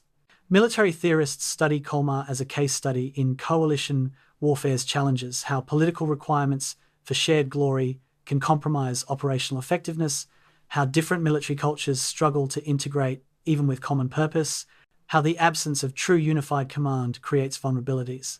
These lessons would influence NATO planning decades later. But in January 1945, they were being learned in blood in frozen Alsatian villages where soldiers paid for their generals' coordination failures. By February 1st, the offensive had regained momentum, though behind schedule and at higher cost than planned. American engineers had constructed bridges, allowing French forces to cross the Ile River. The Maison Rouge salient had been eliminated.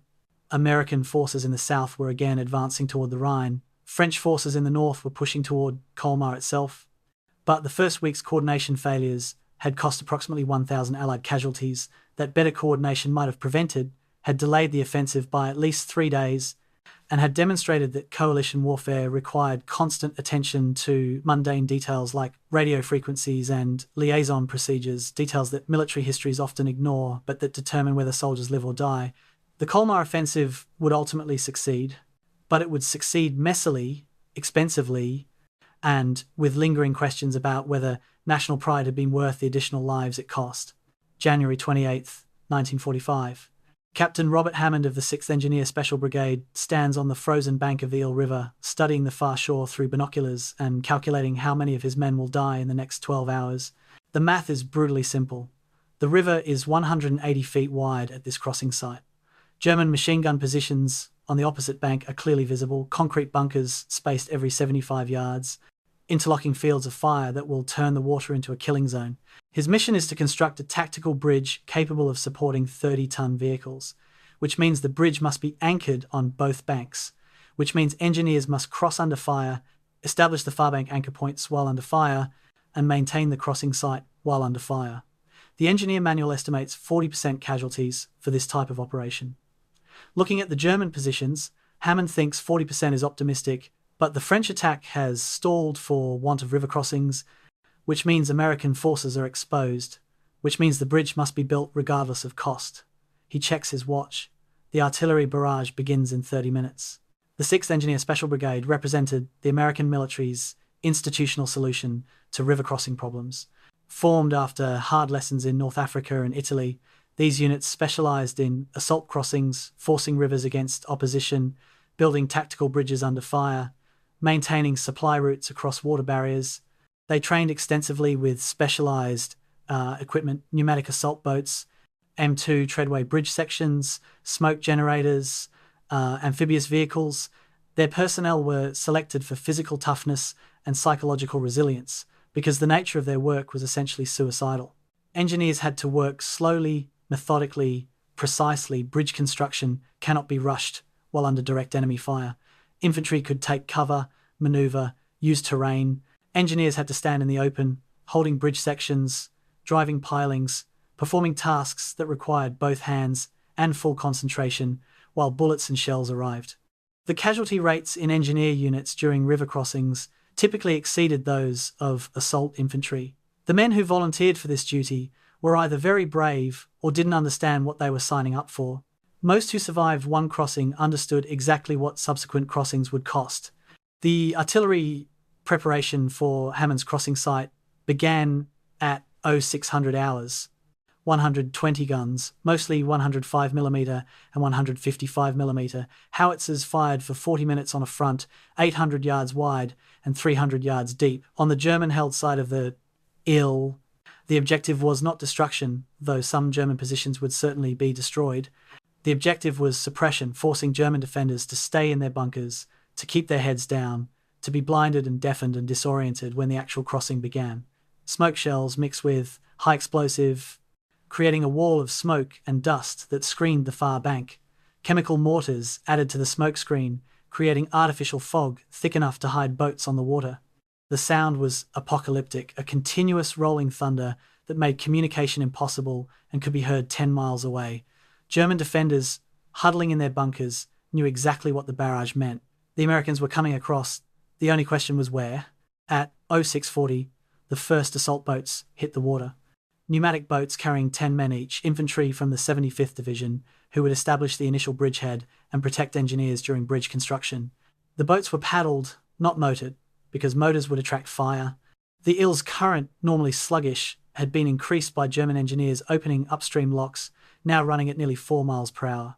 Crossing the 180 feet required fighting the current, meaning boats drifted downstream even while paddling directly across. German fire, suppressed but not eliminated by the barrage, opened up as boats appeared through the smoke. Machine guns firing on fixed lines, pre-targeted on the likely crossing areas. Mortar shells dropping into the river, gouts of water erupting. The first boat to launch was hit 50 feet from shore by a machine gun burst. It deflated in seconds. Men tumbled into the water, wearing 60 pounds of equipment. Some shed their loads and swam, others sank and drowned. Those who made it back to shore climbed out, shaking from cold and shock. The second boat made it across. The third was hit mid-river. The fourth made it. This was river crossing arithmetic survival, determined by which boat you were in and where German guns happened to be aimed. By 0730, approximately 200 American infantrymen had reached the far bank and were fighting to expand the bridgehead. This was the moment when engineer work began. The first engineer teams across carried Bangalore torpedoes, long tubes packed with explosives, designed to blow paths through barbed wire and clear obstacles. They assaulted the German positions that were holding up the infantry advance, blowing bunkers, suppressing machine guns, creating space for more engineers to land. The second wave of engineers brought bridge anchor equipment, heavy steel pylons that had to be driven into the frozen ground on both banks to support the bridge structure. Driving pylons while under fire is a special kind of hell. The work requires multiple men standing upright, swinging sledgehammers, work that cannot be done from cover or in prone positions. German snipers picked off engineers. Mortar shells, aimed at the sound of hammering, killed entire teams. But more engineers came across to replace casualties, and the pylons slowly went into the ground. Bridge construction proceeded in sections. M2 treadway bridges consisted of aluminum and steel sections, each weighing several hundred pounds, that locked together to form a roadway supported by pontoons. The sections had to be floated into position, connected precisely, anchored to the bank pylons, then decked with treads that vehicles could drive across. The entire process was supposed to take 6 hours with a trained crew working without interruption. Hammond's engineers worked under continuous fire. German artillery, having identified the crossing site, began dropping shells with increasing accuracy. One shell hit a pontoon section, being floated into place, destroying it and killing 4 engineers. Another hit the bank, wounding 6 men and destroying a pile of bridge sections. Engineers worked through the casualties, stepping over bodies, continuing construction because stopping meant the bridge would never be finished and the men who'd already died would have died for nothing. The specialized equipment that made engineer operations possible often proved as dangerous as enemy fire. Smoke generators, designed to screen the crossing site, used oil and chemicals that created toxic fumes. Engineers working in the smoke screen for extended periods developed respiratory problems, coughing, nausea, difficulty breathing. Some collapsed from smoke inhalation and had to be evacuated. But without the smoke screen, casualties from direct fire would be catastrophic. So the generators kept running and engineers kept working despite the fumes. Pneumatic boats, essential for crossing, were vulnerable to even small arms fire. A single bullet hole would slowly deflate a boat, meaning engineers carried repair kits and spent precious time patching holes under fire. The inflatable boats couldn't be beached on the far shore because German engineers had driven sharpened stakes into the riverbank, specifically to puncture them. So engineers had to jump from boats into chest-deep ice water, wade ashore, then pull boats up carefully between the stakes. This took time, required coordination, and every minute in the water increased hypothermia risk. By noon, Hammond's bridge was 60% complete. The far bank anchor was secure. The pontoon sections were in place for 2/3 of the span. But German artillery had found the range and was now firing for effect. Shells walked up and down the crossing site, destroying sections, killing engineers, forcing constant repairs. At 12:15, a shell made a direct hit on a section near the center of the bridge. The explosion destroyed 30 feet of bridge structure and killed 7 engineers who'd been working on it. Hammond made the decision that engineer officers dreaded. Send more men to repair the damage, knowing some would die. Because without the bridge, the entire offensive stalled. Replacement engineer teams paddled across, towing new bridge sections. German machine guns fired from positions the initial assault had missed. 2 engineers were killed in their boat. The survivors reached the damaged section and began repairs. An hour later, that section was complete again. 2 more engineers had been killed during construction.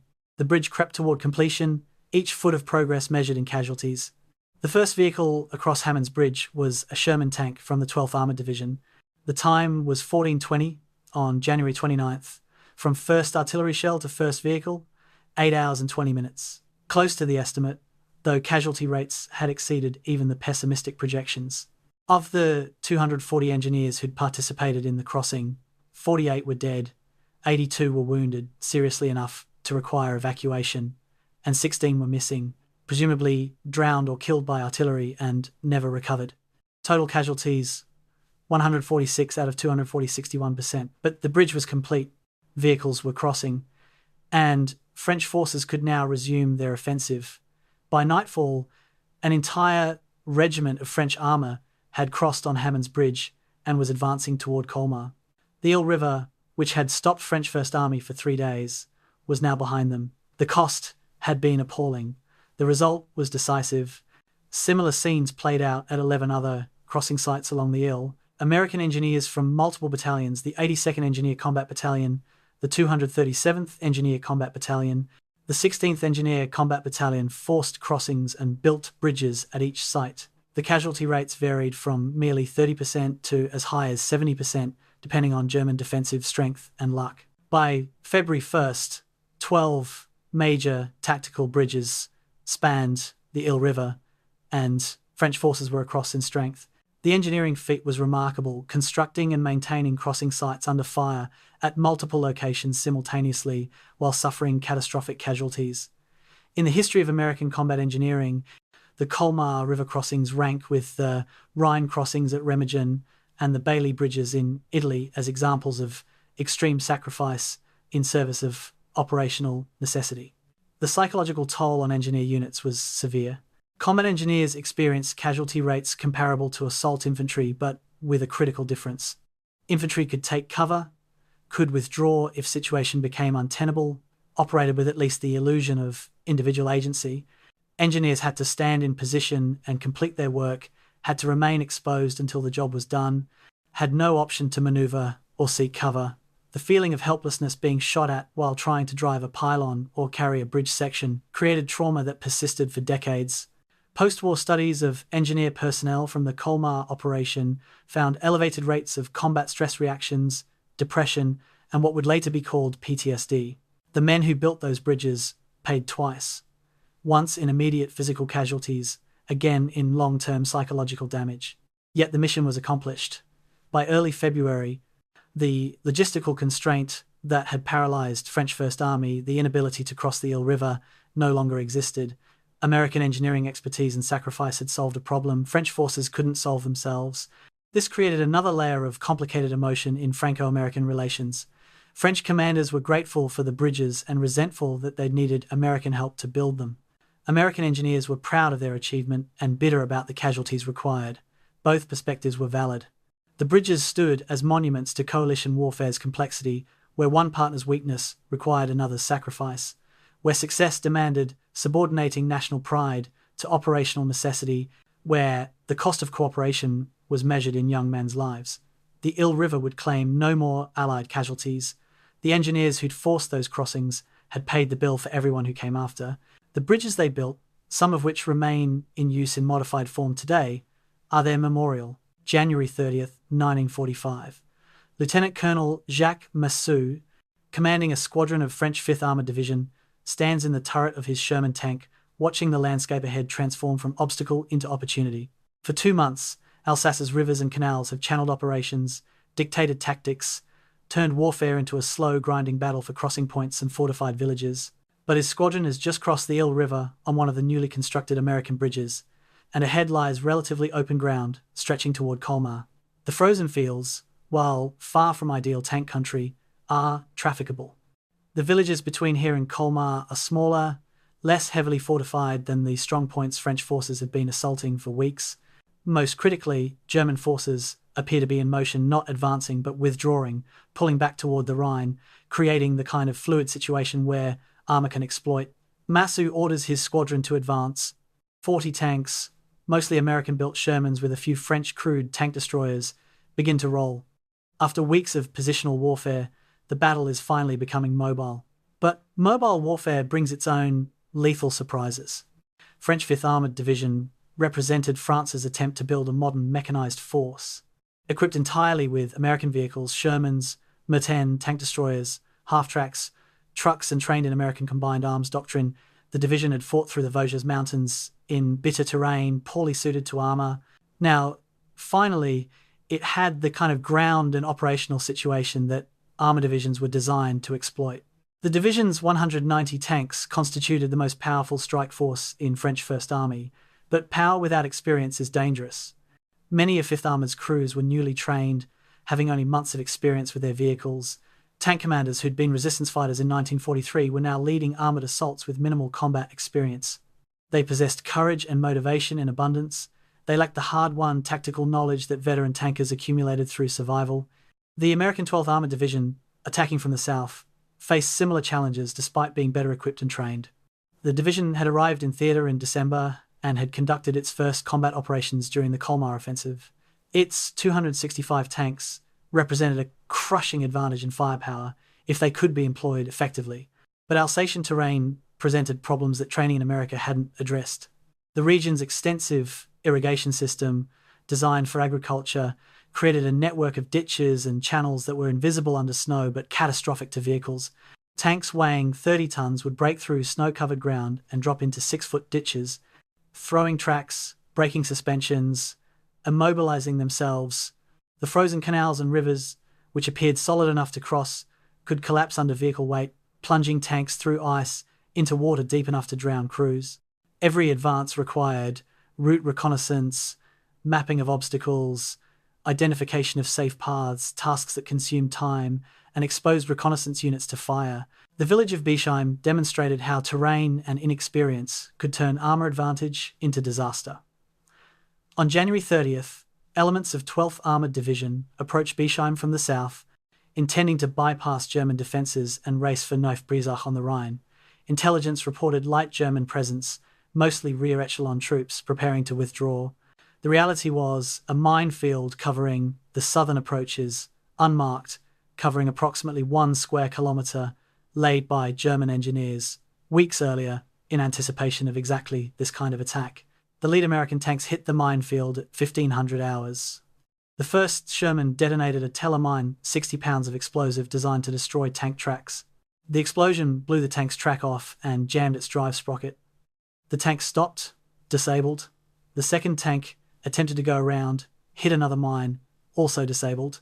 Within minutes, 14 American tanks were immobilized in the minefield, and German anti-tank guns that intelligence had missed opened fire from Jebsheim itself. At ranges under 800 yards, German 75mm and 88mm guns destroyed or disabled 9 more tanks in the initial engagement. 23 Shermans lost in 40 minutes to a combination of terrain, mines, and German guns that supposedly weren't there. The battalion commander watched his unit's combat power evaporate and ordered withdrawal. Jebsheim would require infantry assault and careful mine clearing before armour could advance. Yet when terrain favoured them, Allied armour demonstrated devastating effectiveness. Near Neuf-Brisach, a tank duel developed that showed both the capabilities and limitations of Sherman tanks against German armour. American tankers from Combat Command B, 12th Armoured Division, encountered 3 German Panthers superior tanks with better armour and guns. The engagement occurred across frozen fields at approximately 800 yards, range where German advantages in armour and gun quality mattered. The Americans, outnumbered and outgunned, used superior training and radio communication to coordinate their fire. 3 Shermans engaged each Panther simultaneously, one firing to attract the German tank's attention, while the other 2 maneuvered for flank shots where Panther armor was thinner. The tactic worked. 2 Panthers were destroyed, 1 disabled, at cost of 1 Sherman destroyed and 2 damaged. The engagement lasted 11 minutes. American tankers, interviewed afterward, credited their victory to coordination rather than equipment. 3 tanks working together defeated superior vehicles operating independently. It was a small tactical success that illustrated larger truths about how combined arms warfare and unit cohesion could offset equipment deficiencies. French armor pushing toward Colmar from the north encountered a different challenge: the frozen Colmar Canal. German engineers had demolished bridges but hadn't destroyed the canal's banks, assuming the water barrier was sufficient. On February 1st, French tankers discovered that the canal had frozen solid enough to support vehicle weight barely. A French lieutenant, possibly inspired by desperation or recklessness, drove his Sherman onto the ice to test it. The ice held. He accelerated across, made it to the far bank, radioed that crossing was possible. Other tanks followed, crossing cautiously, engines straining, crews praying the ice wouldn't collapse. Of 40 tanks that attempted the crossing, 37 made it across. 3 broke through the ice, 2 crews escaped. 1 tank commander and his gunner drowned in their tank, trapped by hatches that had been frozen shut. But 37 French tanks were across the canal when German intelligence believed the crossing was impossible. They advanced into the rear areas of German positions, creating chaos, cutting communications, forcing German units to withdraw prematurely or risk encirclement. The frozen canal crossing became part of French Fifth Armored's mythology, an example of audacity succeeding where caution would have failed. The increase in operational tempo once armor broke through initial defenses transformed the battle's character. Villages that might have required days to reduce through infantry assault were bypassed by armor columns that struck supply lines and command posts instead. German forces, faced with tanks in their rear areas, had to abandon prepared positions or risk being cut off. The systematic positional warfare of late January gave way to more fluid operations in early February. Armoured columns raced for objectives, followed by mechanised infantry, while slower infantry divisions, mopped up, bypassed strongpoints. The advance rate, which had been measured in hundreds of yards per day, now accelerated to miles per day in some sectors. But speed brought vulnerability. Extended armoured columns were targets for German counterattacks. Supply lines became tenuous. Coordination between fast-moving armour and slower infantry broke down. Several American and French units found themselves temporarily isolated, surrounded by German forces they'd bypassed, requiring relief operations. Tank losses mounted as operations accelerated. French 5th Armoured Division lost 48 tanks between January 30th and February 5th, 26 to German fire, 11 to mines, 7 to mechanical breakdown, 4 to terrain accidents, including the canal incident. American 12th Armoured lost 37 tanks in the same period, mostly to mines and anti-tank fire. These losses, while significant, were sustainable because armour divisions carried replacement tanks and had maintenance capabilities. More concerning were crew casualties. Tank crews, killed or wounded, couldn't be easily replaced because tankers required specialised training. Some tanks had to be withdrawn from service, not because the vehicle was destroyed, but because insufficient crew remained to operate them. The mathematics of armoured warfare, requiring 4 or 5 trained men to crew each tank, with each man performing specialised role, meant that personnel became the limiting factor, even when equipment was available. The psychological experience of tank combat differed dramatically from infantry combat. Tankers fought in claustrophobic steel boxes, unable to see clearly, deafened by engine noise, vulnerable to catastrophic death if their vehicle was penetrated. Anti-tank rounds didn't need to kill immediately. A penetrating hit could ignite ammunition or fuel, cremating the crew in seconds. Veterans spoke of the terror of hearing metal on metal impact, not knowing if it was a ricochet or a penetration. The seconds of uncertainty before flames or explosion confirmed the worst. Bailing out of a burning tank required training, and speed hatches could jam, fire could block exits, smoke and fumes could disorient. Tank crews, who survived their vehicle being knocked out, often suffered severe burns, particularly on hands and face. Yet they also experienced the power of commanding a 30-ton vehicle with a 75mm gun, the ability to destroy buildings with single shots, to drive through obstacles that would stop infantry, to dominate terrain through sheer presence. The duality of vulnerability and power characterized the tankers' war. By February 5th, Allied armour had achieved the operational breakthrough that infantry combat alone couldn't deliver. French forces were approaching Colmar from the north and west. American forces had reached the Rhine plain near Neuf-Brisach. German forces throughout the pocket were in retreat or encircled. The systematic defences that had held for weeks were collapsing under the combined pressure of infantry assault and armoured exploitation. Tank crews, exhausted from days of continuous operations, prepared for the final phase, clearing Colmar itself and cutting off German withdrawal across the Rhine. The armour had proven decisive once engineers created the conditions for its employment, but the bill was steep: 85 Allied tanks destroyed or disabled, approximately 400 crew casualties killed or wounded, and the sobering knowledge that armour's power came with commensurate vulnerability. The frozen fields of Alsace were littered with burned-out hulks, both Allied and German, monuments to the brutal efficiency of modern armoured warfare. The race to the Rhine was nearly won, but the final acts would prove most costly of all. January 28, 1945. In a fortified command post deep within the Colmar Pocket, General Siegfried Rasp sits before a field telephone, waiting for authorization that will never come. Before him are operational maps showing his defensive positions collapsing under Allied pressure, American forces advancing from the south, French forces finally across the Ill River, pushing from the north, his ammunition stocks depleting, his casualties mounting beyond replacement capacity. Every principle of military common sense dictates immediate withdrawal, pull back to the Rhine, evacuate across the remaining bridges, establish new defensive line on the river's east bank, where terrain and logistics favour the defender. Rasp has drafted the withdrawal order. His staff has calculated movement schedules. His subordinate commanders await the word to begin evacuation. But Hitler's previous orders were explicit. The Colmar Pocket will be held. Withdrawal is forbidden. So Rasp sits by the phone, requesting permission he knows will be denied, watching his army die for a strategic fantasy, trapped between military necessity and political insanity. This is how German armies end in 1945, not in glorious last stands, but in slow strangulation, sacrifice to a Führer who mistakes willpower for strategy. The psychology of German defenders in the Colmar Pocket reveals the Wehrmacht's internal contradictions in the war's final months. These are not the fanatical SS troops who fight to the last man for ideological reasons, though some SS units are present. These are mostly regular Wehrmacht soldiers, young conscripts, middle-aged reservists, veteran NCOs, who understand the war is lost but continue fighting because the alternative is execution. Behind German lines, Feldgendarmerie, field police units, and SS security detachments enforce discipline through terror. Officers who attempt unauthorized withdrawal are court-martialed and shot. Soldiers who desert are hanged, their bodies left displayed as warnings.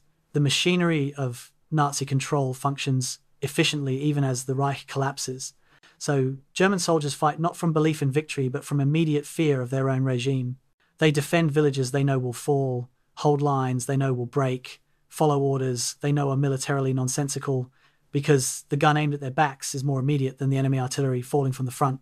Lieutenant Klaus Hartmann, a platoon leader in the 708th Volksgrenadier Division, keeps a diary that will be recovered after his capture on February 2nd. His entries from late January capture the grinding despair. 27th January. Lost 8 men today to artillery. No replacements, no ammunition resupply. In 3 days. American tanks visible across the fields. We are told to hold. Hold what? For what purpose? The war is lost. Everyone knows it. But we cannot say it aloud. 29th January. Received orders to counterattack. With what? My platoon has 18 men, 4 rifles with ammunition, enough for 1 engagement. 1 machine gun with 200 rounds. The lieutenant who delivered our orders wouldn't meet my eyes. He knows, we all know. 31st January. Heard Sergeant Muller was hanged for desertion. He was trying to reach his family in Bavaria. Now his body swings from a tree as example. We are prisoners of our own army. The ammunition crisis in the pocket becomes critical by early February. German artillery, which had been the defender's most effective weapon, falls silent for extended periods. Not from Allied counter-battery fire, though, that takes its toll, but from lack of shells.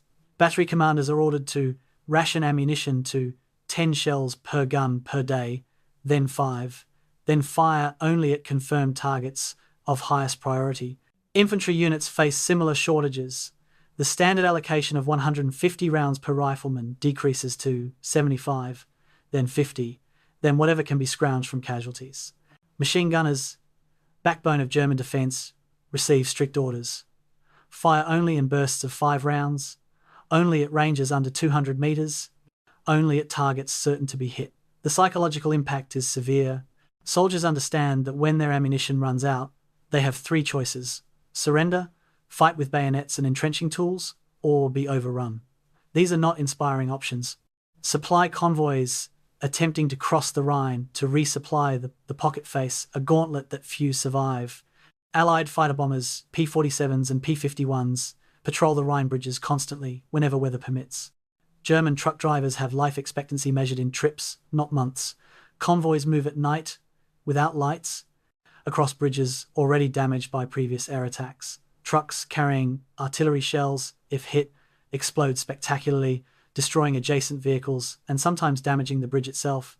Some drivers simply refuse to make the run, accepting court-martial as preferable to certain death. Others volunteer repeatedly, driven by fatalistic courage or inability to imagine alternative. The convoys that make it through deliver enough supplies to sustain defense for another day or two, but never enough to restore combat capability. German forces in the pocket are slowly bleeding out, their defensive strength eroding not from single catastrophic defeat but from cumulative, unsustainable attrition. On February 2nd, a German regimental commander makes a decision that encapsulates the Wehrmacht's endgame crisis. Colonel Wilhelm Richter, commanding a Volksgrenadier regiment surrounded near Grossenheim, faces a tactical situation with no acceptable solution. His regiment, approximately 800 men at start of battle, now fewer than 300 combat effective, is encircled. Ammunition is exhausted, food has run out. Wounded cannot be evacuated and are dying from lack of medical care. Relief is impossible. The units that might have relieved him are themselves under attack. Richter drafts a message to division headquarters explaining the situation and requesting permission to break out or surrender. Division response is unambiguous. Hold position, await relief. Surrender is forbidden. Richter reads the message to his assembled officers. Then he asks for opinions. His battalion commanders unanimously recommend surrender. The men cannot fight without ammunition. Continuing resistance means dying to no purpose. Richter makes his decision. He will personally lead a breakout attempt, allowing those who choose to follow him to do so, but ordering those who prefer surrender to lay down their arms. It's an attempt to provide soldiers a choice while technically following orders himself. Before the breakout can be organized, SS Field Police arrive at the command post. They've been monitoring radio communications. Richter is arrested for defeatism, taken behind the command post, and shot. The regiment, leaderless and shocked, surrenders to approaching American forces hours later. The mass German surrenders beginning in early February reveal the collapse of military cohesion. On February 3rd, an entire battalion of the 198 Infantry Division, over 400 men, surrenders en masse near Sunhouse. Their commander, a veteran major, explains to American interrogators that his men had received no food for 5 days, no ammunition for 3 days, and had been ordered to hold a position already flanked by American forces. He'd made the decision that soldiers' lives mattered more than meaningless last stands. Similar scenes play out across the pocket. Company-sized units, finding themselves cut off and without supplies, wave white flags rather than fight to extinction. Some German officers embrace surrender as honourable alternative to futile sacrifice. Others resist to the last, seeing surrender as personal failure regardless of circumstances. The inconsistency means Allied forces never know whether German units will fight or fold, making every engagement unpredictable. Yet even amid collapse, scattered German resistance remains formidable. Some units, particularly SS formations and elite Wehrmacht battalions, continue fighting with professional competence.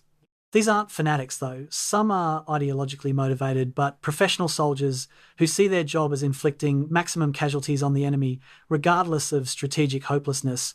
A squad of paratroopers holds a farmhouse near Jebsheim for 2 days against company-size American attacks, not because the farmhouse matters strategically, but because fighting is what soldiers do until they're killed or ordered otherwise.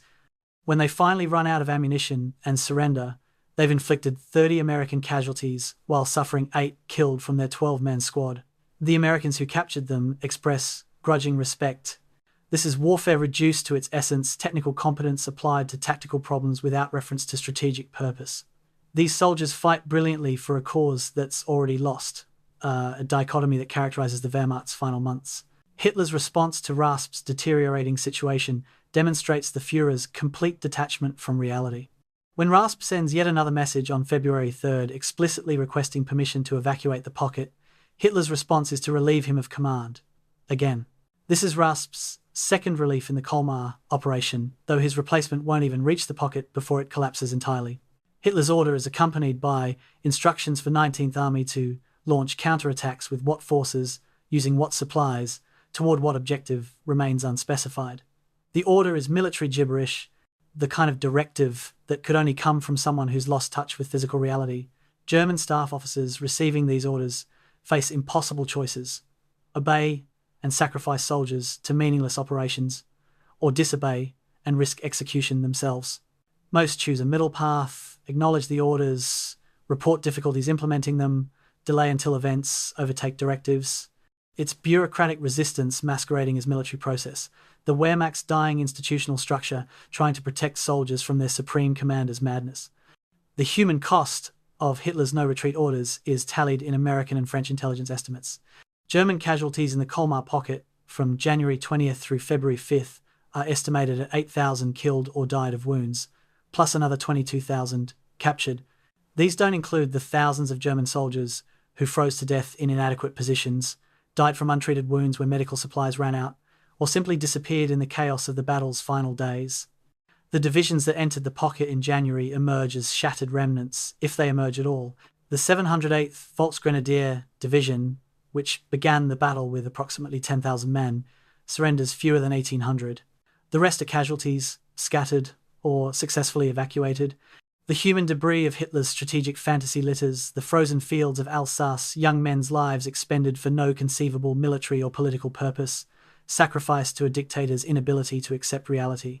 By February 5th, the remaining German forces in the Colmar Pocket understand they're fighting not to win but to survive long enough to escape.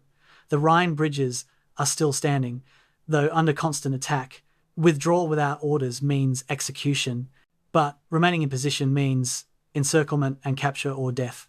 Some units resolve the dilemma by fighting delaying actions while simultaneously evacuating wounded and excess personnel, a compromised version of retreat that allows them to claim their following orders while gradually thinning their lines.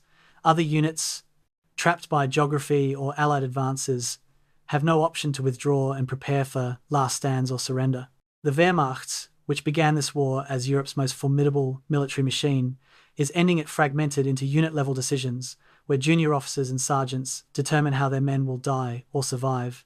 The institutional bonds that made German military forces so effective: discipline, doctrine, unit cohesion, are fraying under the pressure of impossible orders and inevitable defeat. The retreat that military necessity demands but political insanity forbids becomes the defining characteristic of German operations in the pocket's final days. Soldiers die not from enemy action but from their own government's refusal to acknowledge reality. This is the Wehrmacht's tragedy in microcosm: professional competence shackled to political madness, tactical excellence in service of strategic catastrophe. February 3rd, 1945. Captain Pierre Bilot of French 5th Armoured Division's lead squadron stands in his tank turret, watching the Rhine River appear through morning mist like a revelation. Behind him, 40 kilometers of German-occupied territory his unit has crossed in 36 hours. Ahead, the broad silver ribbon of Europe's greatest river, and beyond it, Germany itself. His orders are explicit: reach the Rhine north of Colmar, cut the German escape routes, trap 19th Army west of the river. He's accomplished the first objective. Now comes the harder part: holding this position against German forces desperate to escape, against counterattacks from units already across the river, against the chaos of an enemy army in collapse. His radio crackles with reports of German columns approaching from multiple directions, some trying to fight through to the bridges, others already surrendering. The orderly battle of the past 2 weeks is dissolving into something messier, more dangerous, and potentially more decisive. The race to the Rhine has reached its climax. Now begins the hunt.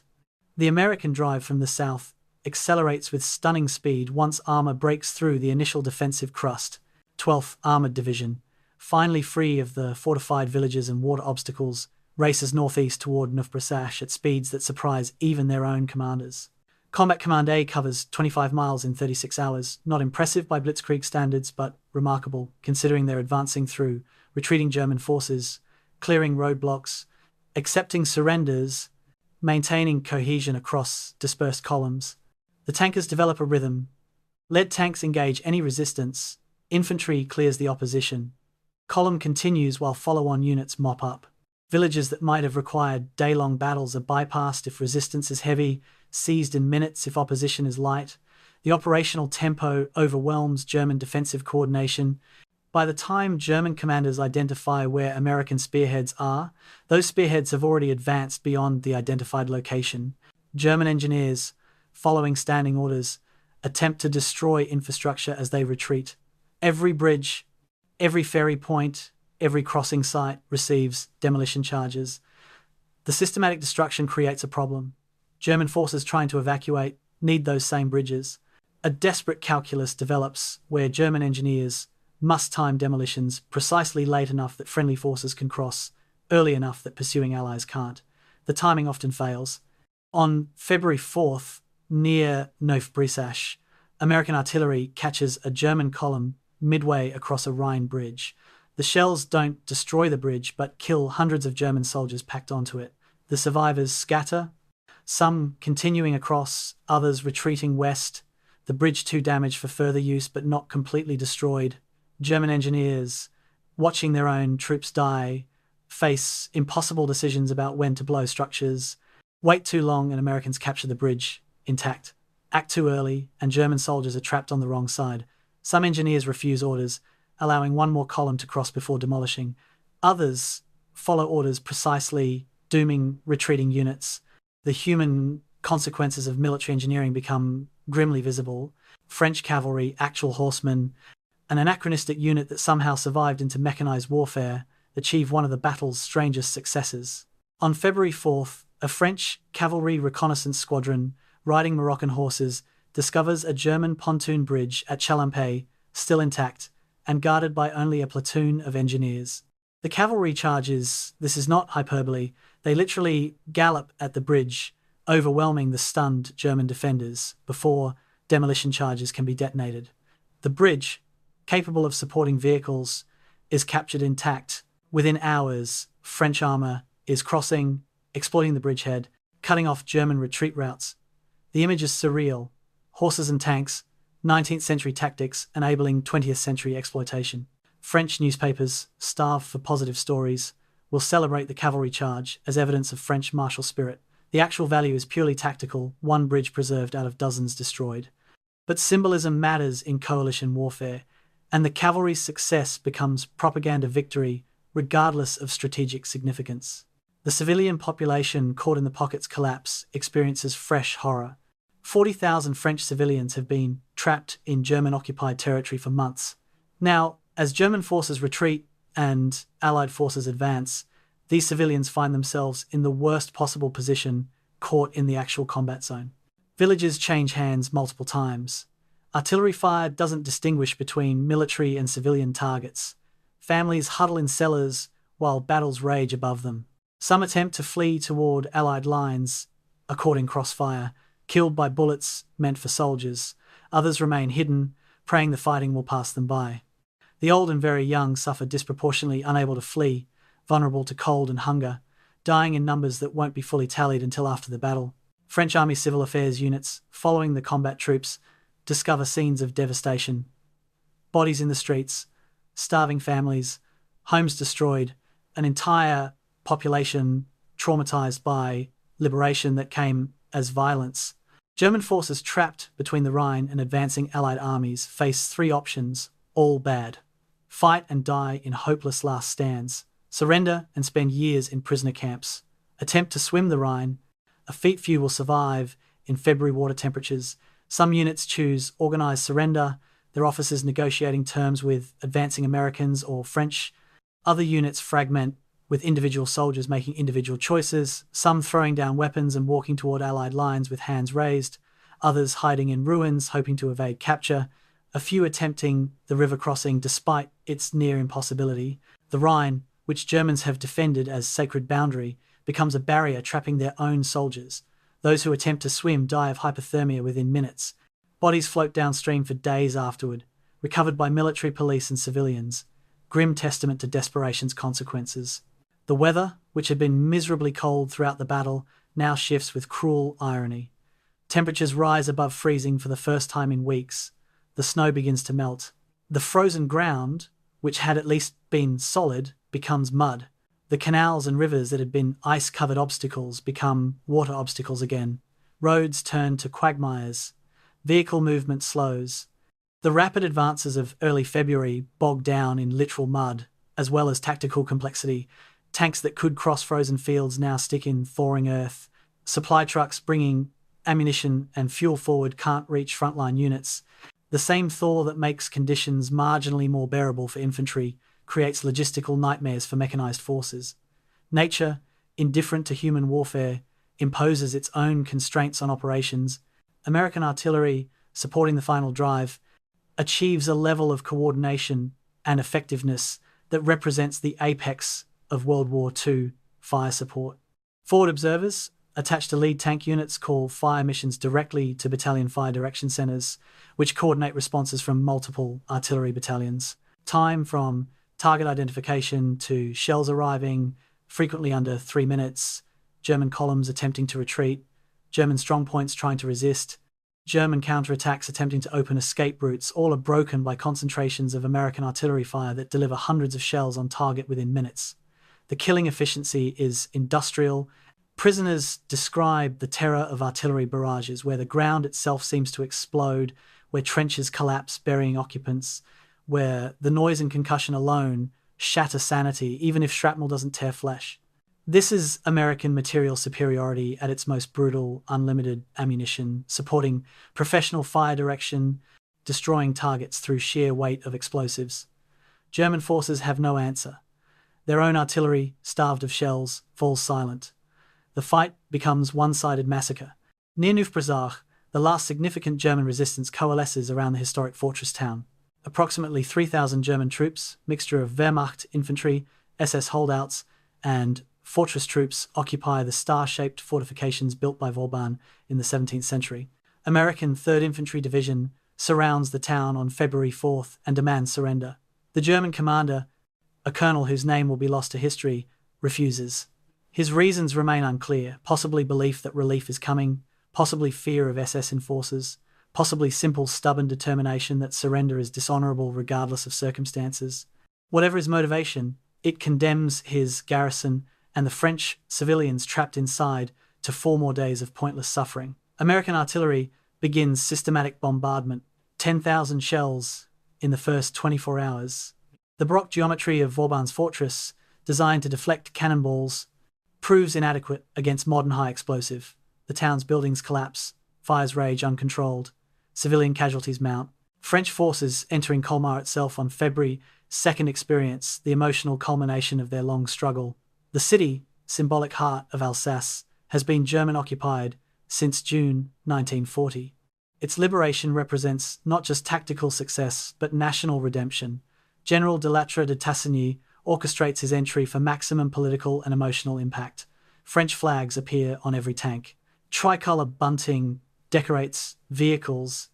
This isn't just military operation, it's ceremony, theatre, proof that France has reclaimed its stolen territory through French military action. Civilians emerge from hiding, initially cautious, then jubilant as they realize the Germans are truly gone. Old women weep, children wave flags. Young men who were boys when the Germans arrived now watch French soldiers, some of them the same age, riding through on American tanks. The scene is complicated. Joy mixed with grief for years lost. Relief mixed with recognition of devastation.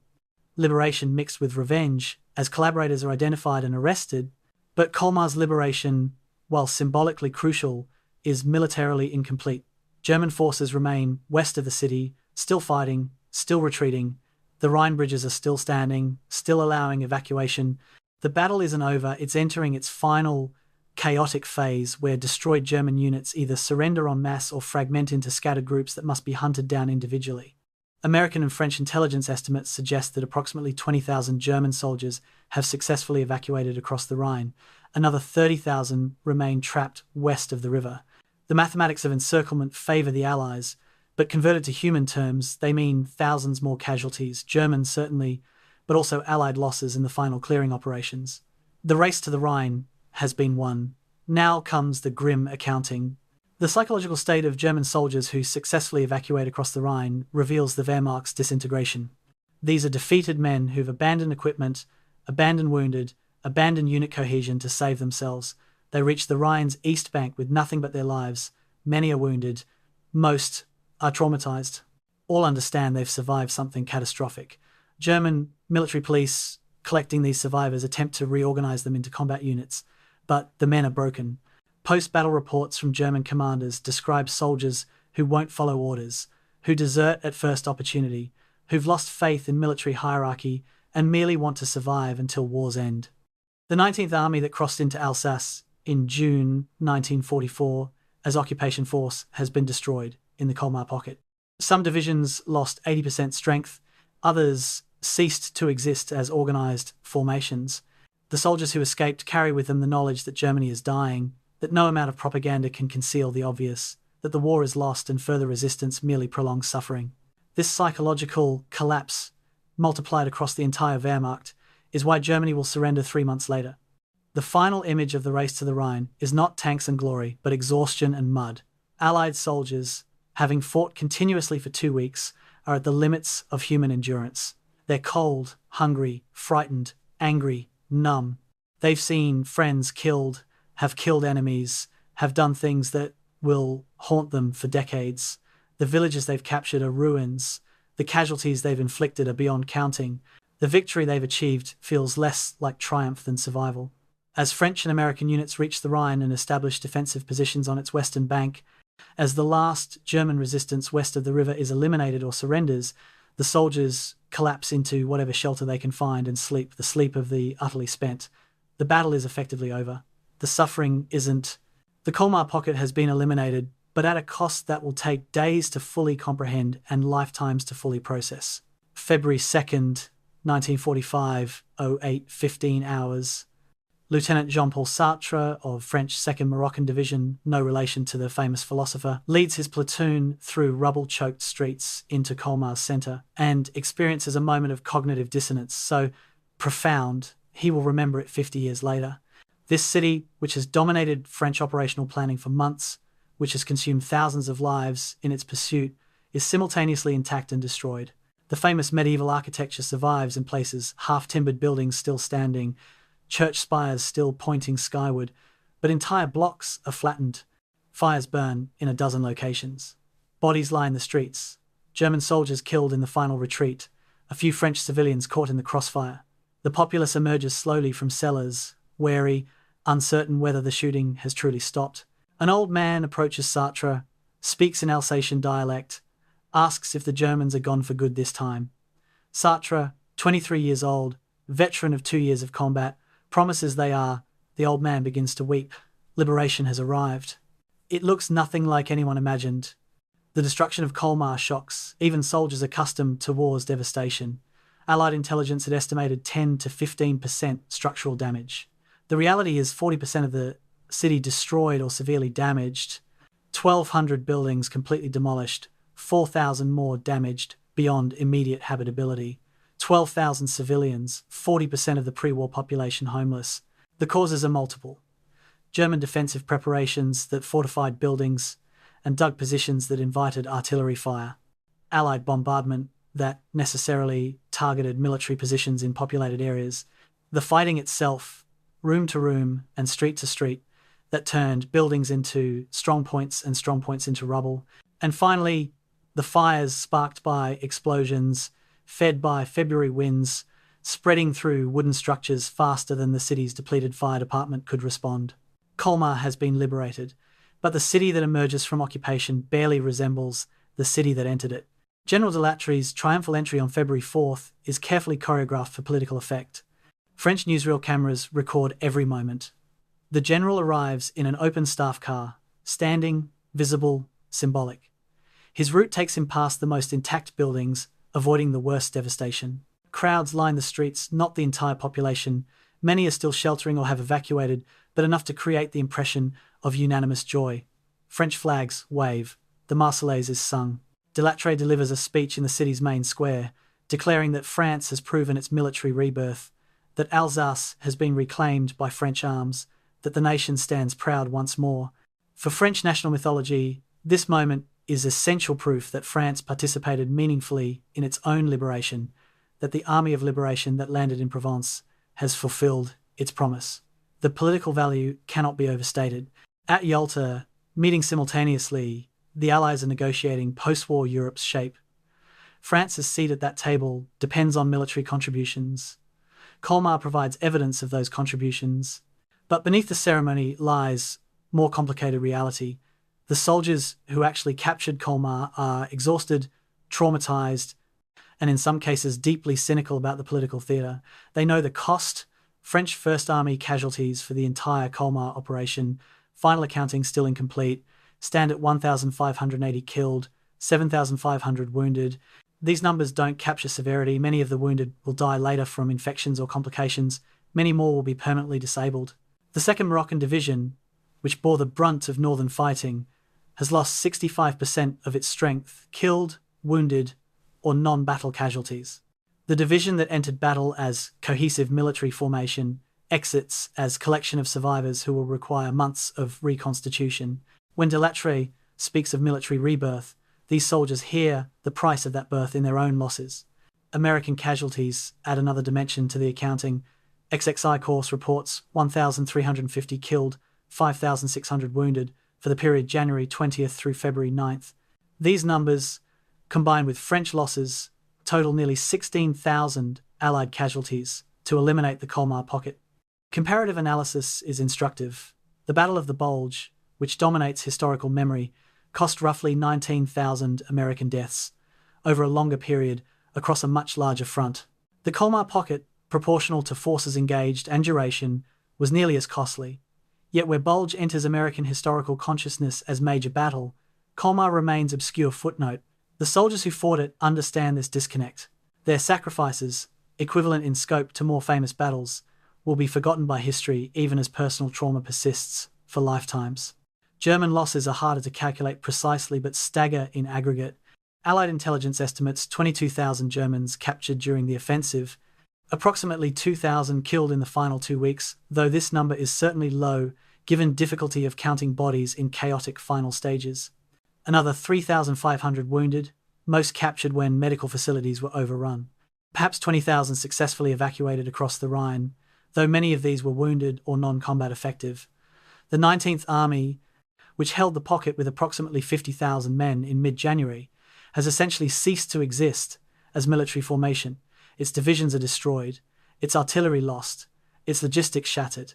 The human cost in German terms, soldiers killed, wounded, captured, traumatized, represents military catastrophe that Germany, already reeling from Soviet advances in the East, cannot afford. The discovery of German defensive preparations reveals why the battle was so costly. American and French engineers, examining captured fortifications, find sophistication that explains the defensive effectiveness. Concrete bunkers poured to exacting specifications, interlocking fire positions that covered every approach, communications, trenches connecting positions to allow movement under fire, ammunition stocks that would have sustained defense for weeks more if supplies hadn't been cut off. These weren't hasty field fortifications thrown up during retreat. These were permanent defensive works built with the expectation of extended defense. The Germans hadn't been planning to evacuate in November or December. They'd been planning to defend the pocket indefinitely. Only the combination of overwhelming Allied material superiority, engineering expertise, forcing river crossings, and armor exploitation breaking through successive defensive lines achieved what infantry assault alone never could. The political significance of Colmar's liberation extends beyond immediate military situation. For Alsace's population, the city's status as French or German has oscillated for centuries. Annexed by Germany after the Franco-Prussian War, returned to France after World War I, seized by Germany in 1940, now liberated by France in 1945, the region's identity has been contested prize for 3 generations. Many Alsatians speak German dialect as first language, maintain cultural traditions that blend French and German influences, feel ambivalent about national allegiance. The liberation is complicated by questions of collaboration, resistance, and survival. Who collaborated with German occupation? Who resisted? Who simply tried to survive? French military government officials arriving after the combat troops faced the ugly work of sorting loyalists from collaborators, a process that will lead to arrests, trials, executions, and decades of recrimination. The humanitarian crisis in liberated Colmar demands immediate attention even as combat continues elsewhere. 12,000 homeless civilians require shelter as winter persists. Food supplies are exhausted, the German occupation had requisitioned food stocks, the battle has destroyed infrastructure, and Allied logistics are stretched, supplying combat troops with no capacity for civilian relief. Medical facilities are overwhelmed with civilian casualties and diseases that flourished under occupation and warfare. French civil affairs units, American Red Cross personnel, and volunteers from unoccupied regions struggle to provide basic services. Temporary shelters are established in less damaged buildings, food convoys are organized, medical supplies are diverted from military stocks. The mundane logistics of humanitarian relief consume resources and attention, even as the battle reaches its climax elsewhere in the pocket. Individual stories from Colmar's liberation illustrate the human dimensions that statistics obscure. A French soldier from the city, who joined the FFI in 1943 and has fought through southern France, enters his childhood neighborhood and finds his family home destroyed by artillery. His parents, he learns from neighbors, were killed in the January bombardments. He has liberated his city but lost his family. An elderly Jewish couple emerges from hiding after 4 years. Having been sheltered by Catholic neighbors at great risk, they discover that most of Alsace's Jewish population has been deported. They are among perhaps 24 survivors in a community that numbered hundreds. A young woman, pregnant by a German soldier, knows she will be identified as collaborator, will have her head shaved, will be paraded through streets. As example, the cruel justice of liberation that punishes women who loved or were raped by occupiers. The contrast between liberation's ideal and reality is stark. Newsreels show joy, flags, celebration. Reality is grief, destruction, settling of scores, and the enormous practical challenges of rebuilding. French authorities declare Colmar liberated and free. Colmar's population experiences liberation as exchange of one set of hardships for another, freedom from German occupation, but also loss of homes, loss of loved ones, hunger, cold, uncertainty about future. The soldiers who captured the city do not remain to see the aftermath. They are moved to other positions, preparing for the Rhine crossing, replaced by occupation troops. Their experience of Colmar is combat, not liberation. For them, the city is just another objective seized at terrible cost, now behind them, fading into memory of exhaustion and violence. By February 9th, when operations in the Colmar Pocket officially conclude, the final accounting is grimmer than anticipated. Total casualties, Allied and German, military and civilian, exceed 80,000. 16,000 Allied soldiers killed or wounded, 30,000 Germans killed, wounded, or captured, another 4,000 civilians dead, most in the operation's final 2 weeks. The financial cost in destroyed infrastructure, damaged buildings, lost agricultural production will total billions of francs. The psychological cost in trauma, grief, and shattered lives defies calculation. And for what? The Colmar Pocket had no significant strategic value. It threatened no vital Allied interest. Its elimination, while militarily necessary to tidy the front before Rhine crossings, contributed nothing decisive to Germany's defeat. The pocket existed because Hitler ordered it held. It was eliminated because the Allies couldn't leave a German salient in their rear. Thousands died on both sides for essentially symbolic reasons. Liberation and reckoning are inseparable. Colmar is free. The price of that freedom stains the Alsatian winter snow red. February 4th, 1945, Major Hans Krieger stands on the bastion walls of Nordwind and watches American forces complete their encirclement of this anachronistic fortress. Behind him, 3,000 German soldiers, the remnants of shattered units, the holdouts too proud or frightened to surrender, the trapped who have no choice prepare for siege. The fortress is a masterpiece of 17th century military engineering, built by the legendary Vauban, its perfect octagonal plan and geometric bastions designed to withstand cannon fire and infantry assault. But this is 1945, not 1705. The Americans have artillery that would have seemed like sorcery to Vauban, aircraft that can strike from the sky, tanks that can breach walls designed to stop cavalry. Krieger is not stupid. He understands that defending this fortress is suicide. But he also understands that surrender means prison camps, possible war crimes, charges, and certain dishonor. So he will defend, his men will fight, and this 17th century fortress will witness 20th century warfare in all its terrible efficiency. The last stand at Neuf-Brisach is about to begin. Everyone involved knows how it will end. The American siege of Neuf-Brisach begins with a demand for surrender delivered by loudspeaker across the walls on the afternoon of February 4th. The terms are reasonable: immediate surrender, treatment under Geneva Convention, medical care for wounded, transport to prison camps. Major Krieger's response is silence. He doesn't even acknowledge the message. American commanders, expecting this outcome, have already prepared their assault plan. The 3rd Infantry Division, veterans of Sicily, Italy, and southern France, will reduce the fortress systematically. Not with infantry assault, the casualty cost of storming Vauban's walls would be prohibitive.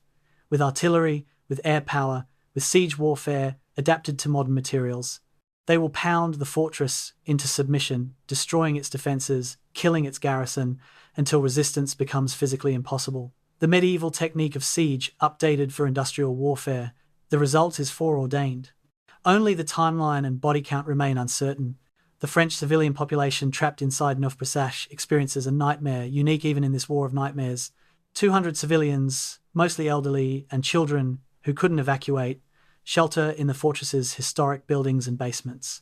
They are caught between German forces who won't surrender and American forces who must attack. The French mayor, a man in his 70s who remembers the last war, attempts to negotiate safe passage for civilians. He approaches German commanders and is refused. Civilians leaving might include military-age men evading service, might provide intelligence to Americans, might undermine garrison morale. He approaches American lines under white flag and pleads for delay to allow civilian evacuation. American commanders sympathize but explain that delay allows German reinforcement or fortification, that siege warfare admits no pause, that civilians should have evacuated weeks ago when opportunity existed. The mayor returns to the fortress and tells the civilians to take shelter in the deepest cellars and pray. There are no other options. The artillery bombardment begins at dawn on February 5th. 100 guns, 105mm howitzers, 155mm guns, heavy 8-inch howitzers fire in coordinated sequence.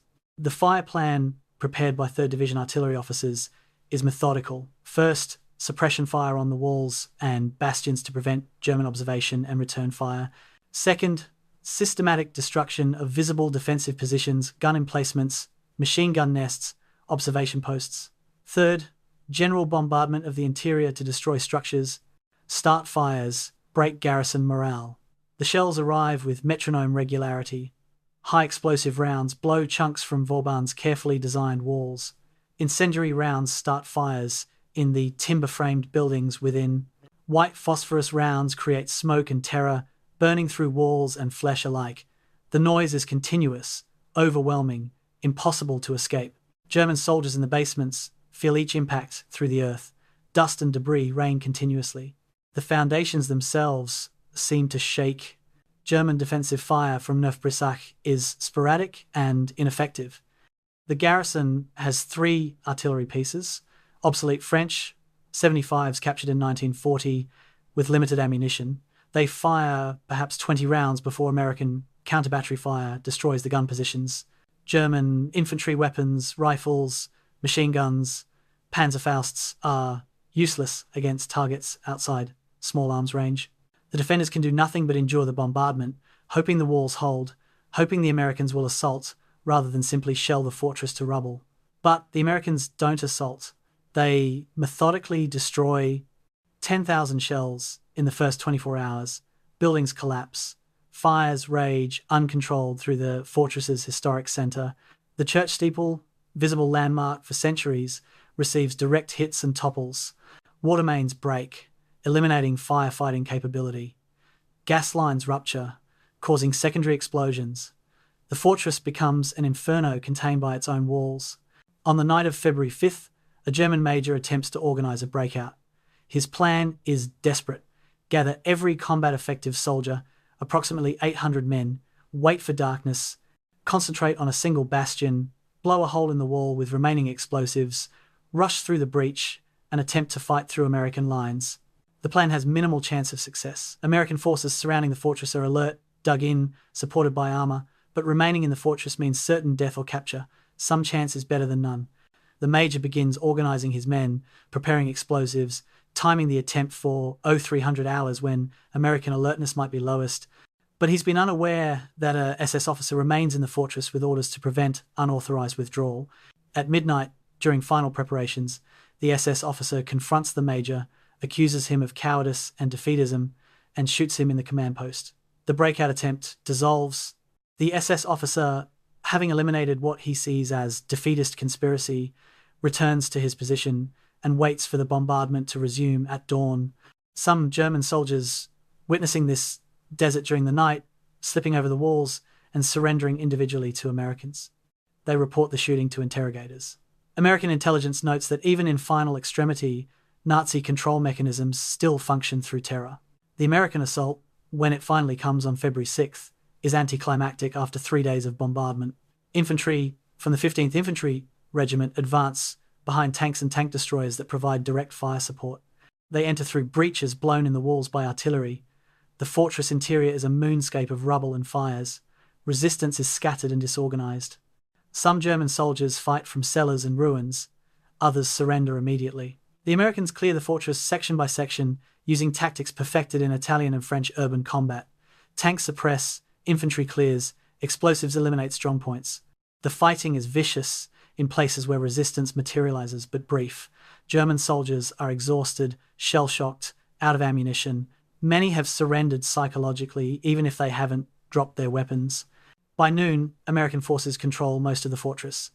Isolated pockets of resistance remain but are quickly overwhelmed. The civilian toll in Nordwind is horrifying when finally tallied. Of 200 civilians trapped in the fortress, approximately 50 are dead, most killed by artillery fire that penetrated to the cellars where they sheltered. Another 100 are wounded, many severely. The survivors emerge from ruins, traumatized, in some cases literally deaf, from days of continuous artillery impacts. Children cry silently, the sound is reflexive, but they can't hear their own voices. Elderly survivors, having lived through the First World War and this one, break down completely. American medics provide what aid they can, but resources are limited and combat troops have priority. The civilian wounded are evacuated slowly, many dying during transport because ambulances weren't immediately available. The mayor, who tried to negotiate their safety, is found dead in a cellar, cause unclear, possibly artillery, possibly heart attack, possibly suicide. His body is buried in a mass grave with other civilians whose individual identities cannot be determined. The final German surrender on February 9th is bureaucratic rather than dramatic. 2,400 German soldiers march out of the ruins with hands raised, form up in columns, are searched for weapons, and march to temporary prisoner cages. They are dirty, exhausted, many wounded, most suffering from shell shock. American guards note that many Germans seem relieved the ordeal is over, they survived, captivity is preferable to further combat. A few officers maintain military bearing, marching stiffly, refusing to make eye contact with captors. Most are simply glad to be alive. Medical personnel identify approximately 400 German wounded still in the fortress, many of whom have been untreated for days. American doctors provide emergency treatment, evacuate the most serious cases, but several dozen die before reaching field hospitals. The final accounting: 400 German dead, found in the ruins, 2,400 captured, 200 missing, presumably buried in rubble or escaped during the chaos. The strategic value of Nordwind's capture is minimal. The fortress controlled a Rhine crossing point, but that crossing was already blocked by destroyed bridges. German forces could have evacuated without affecting Allied operations. The American decision to reduce the fortress was driven by prudence, leaving 3,000 Germans in fortified position in the rear area created unacceptable risk rather than operational necessity. The cost was significant. American casualties totaled 180, killed and wounded in the assault and siege. German casualties exceeded 600. Civilian deaths added 200 more. 2,500 total casualties to eliminate a fortress that posed no serious threat and could have been bypassed. The mathematics of siege warfare, where attackers must eliminate every defending position, made the operation costly, even though the outcome was never in doubt. Historians studying Nordwind identify it as microcosm of Wehrmacht's final months, professional soldiers trapped by ideological fanaticism, fighting skillfully for hopeless causes, dying or surrendering when ammunition exhausted or structure collapsed, their tactical competence wasted on strategic insanity. The SS officer who shot the major, attempting a breakout, embodied Nazi Germany's death grip on its own military, preferring destruction to sensible withdrawal, enforcing obedience through murder, sacrificing soldiers to political fantasy. The civilians trapped in the fortress represented occupied Europe's ultimate victimization, caught between armies, used as human shields, sacrificed to military necessity, and the Americans, methodically reducing the fortress with overwhelming firepower, demonstrated industrial warfare's fundamental principle: sufficient material superiority makes fortresses obsolete and renders courage irrelevant. The ruins of Nordwind, when the battle ends, are barely recognizable as the historic fortress that had stood for 2.5 centuries. Vauban's walls are breached in dozens of places. The geometric bastions are rubble. The interior is destroyed so thoroughly that post-war reconstruction will essentially build a new town using the old plan. The fortress's final military use was its destruction, a fitting end for fortifications made obsolete by the very warfare they witnessed. Today, tourists visit restored Nordwind as UNESCO World Heritage Site, admiring the Baroque military architecture, largely unaware that the pretty town was once the site of a 5-day siege that killed 800 people and destroyed the original structures. The fortress that was meant to protect became a tomb. The last stand achieved nothing except adding more names to the war's endless casualty lists. It was, in every sense, pointless. But pointless death was the Wehrmacht's specialty in 1945, and Nordwind's garrison played their role to the bitter end. February 15th, 1945, Technical Sergeant William Morrison of the American Graves Registration Service walks through a frozen field near Jebsheim and does the math that will haunt him for the rest of his life. His unit's mission is recovering and identifying American dead from the battlefield, a task that sounds simple until attempted. The field contains 17 bodies visible from where he stands, all American, judging from uniforms. Most have been dead for at least a week, frozen, solid, skin grey, eyes open. Some are identifiable by dog tags. Others are not, their bodies too damaged by artillery, their tags lost, their faces unrecognizable. Morrison's team will photograph each body, check for identification, record location found, then transport to collection point for eventual burial. The field Morrison is searching is perhaps 200 yards square. Intelligence estimates suggest there are dozens of similar fields throughout the former pocket, hundreds of bodies, maybe thousands. And this is just the American dead. German bodies are even more numerous, and most won't be recovered for months. French casualties will be tallied by their own service. Civilian deaths may never be fully counted. This is the cost, Morrison thinks. This is what victory looks like when you actually walk the battlefield. The final casualty figures for the Colmar Pocket operation stagger even commanders who expected heavy losses. American casualties from XXI Corps, meticulously documented: 2,930 killed, 13,100 wounded, 2,400 missing or captured. Most of the missing are actually dead, their bodies not yet recovered. Total American casualties, 18,430. French First Army casualties, less precisely documented due to administrative chaos: 1,580 killed, 7,500 wounded, approximately 800 missing. Total French casualties, 9,880. Combined Allied casualties, 28,310. For an operation lasting 20 days involving approximately 150,000 troops, the casualty rate approaches 20%, devastatingly high by any standard of modern warfare. German casualties are harder to calculate but certainly exceed Allied losses. Intelligence estimates based on prisoner interrogations, captured documents and battlefield evidence: 4,500 killed, 7,000 wounded captured, 22,000 captured unwounded. Another unknown number, possibly several thousand, successfully evacuated across the Rhine before escape routes were cut. The total German casualties exceed 33,000 from a force that numbered approximately 50,000 at the operation's start. 2/3 casualties, Military formations suffering such losses ceased to exist as coherent organizations. The 19th Army, for practical purposes, was destroyed in the Colmar Pocket. The divisions that defended there would never be reconstituted. Their soldiers would be absorbed into other units or remain in prison camps until war's end. Non-battle casualties add another dimension to the human cost. Frostbite cases serious enough to require evacuation and often resulting in amputation. 3,400 American, 4,200 French, unknown German. Combat fatigue cases, soldiers who break psychologically cannot continue fighting. 800 American, approximately 400 documented French cases, though actual numbers likely higher. Unknown German, disease, accidents, self-inflicted wounds, and other non-combat casualties. Approximately 1,500 Allied, unknown German. When non-battle casualties are added to combat casualties, the total Allied personnel lost to combat effectiveness approaches 35,000. Some of these men will eventually return to duty. Many won't. The immediate effect is to gut entire units, some battalions losing 70% strength, requiring months of reconstitution before combat ready. The frostbite epidemic was preventable medical catastrophe that became inevitable tactical necessity. American and French forces were issued winter clothing, but it proved inadequate for extended operations in sub-zero temperatures. Boots, in particular, were problematic. They kept feet dry but didn't maintain circulation. Soldiers in static positions, unable to move to generate warmth, suffered frostbite in fingers, toes, ears, noses. The injury pattern was grimly consistent. Initial numbness, then pain as tissues froze, then gangrene if not treated. Medical officers amputated thousands of frostbitten digits during and immediately after the operation.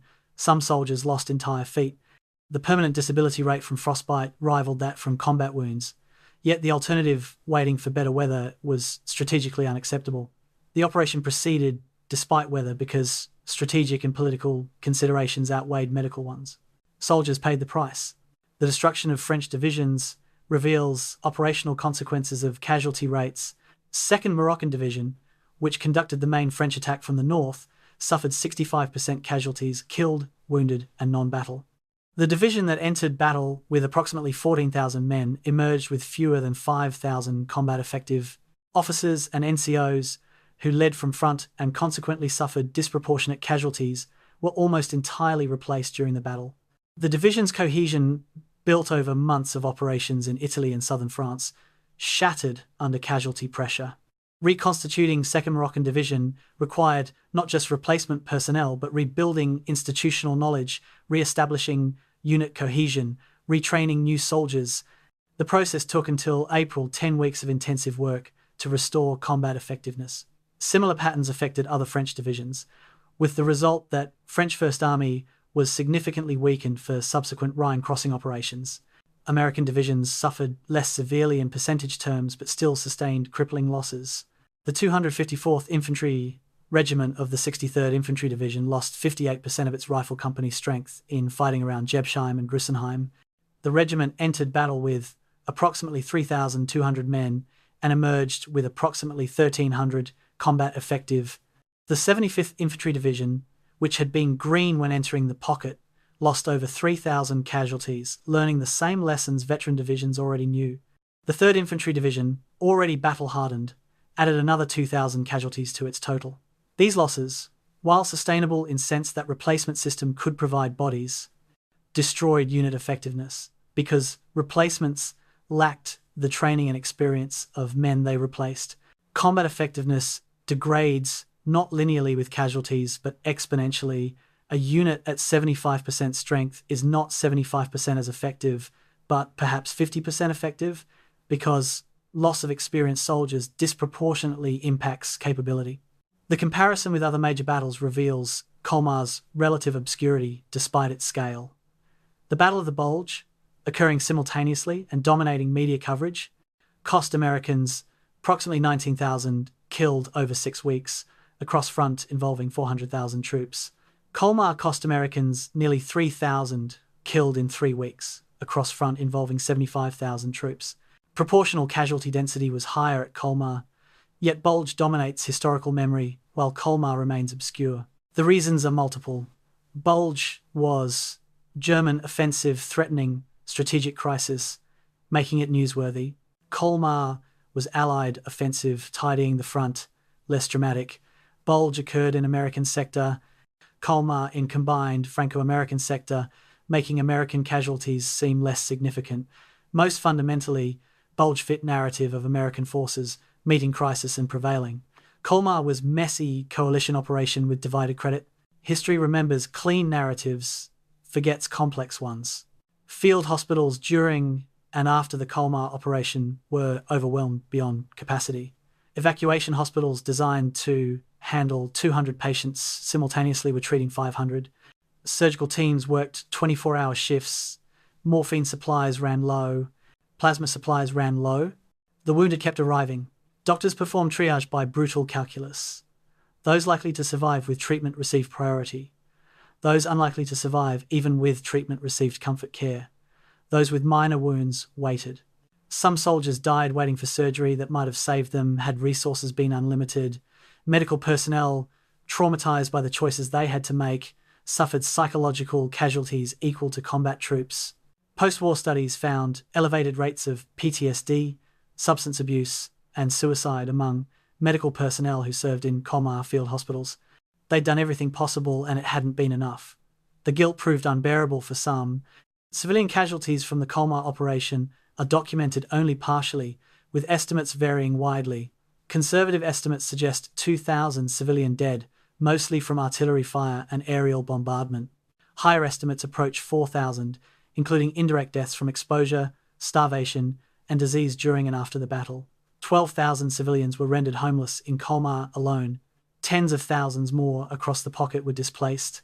The agricultural economy that sustained Alsace was devastated. Fields cratered by shells, livestock requisitioned by armies or killed in fighting, farm buildings destroyed. The region's recovery would take years.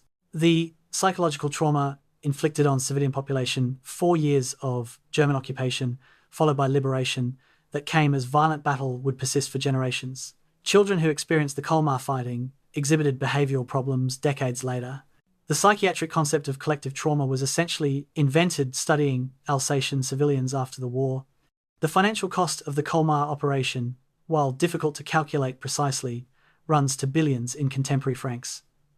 Destroyed infrastructure, bridges, roads, rail lines, canals, damaged or destroyed buildings, residential, commercial, industrial, lost agricultural production, winter crops destroyed, spring planting disrupted, lost industrial production, factories damaged or destroyed, workforce killed or displaced, military equipment expended, ammunition, vehicles, weapons, consumed at rates that strain even American industrial capacity.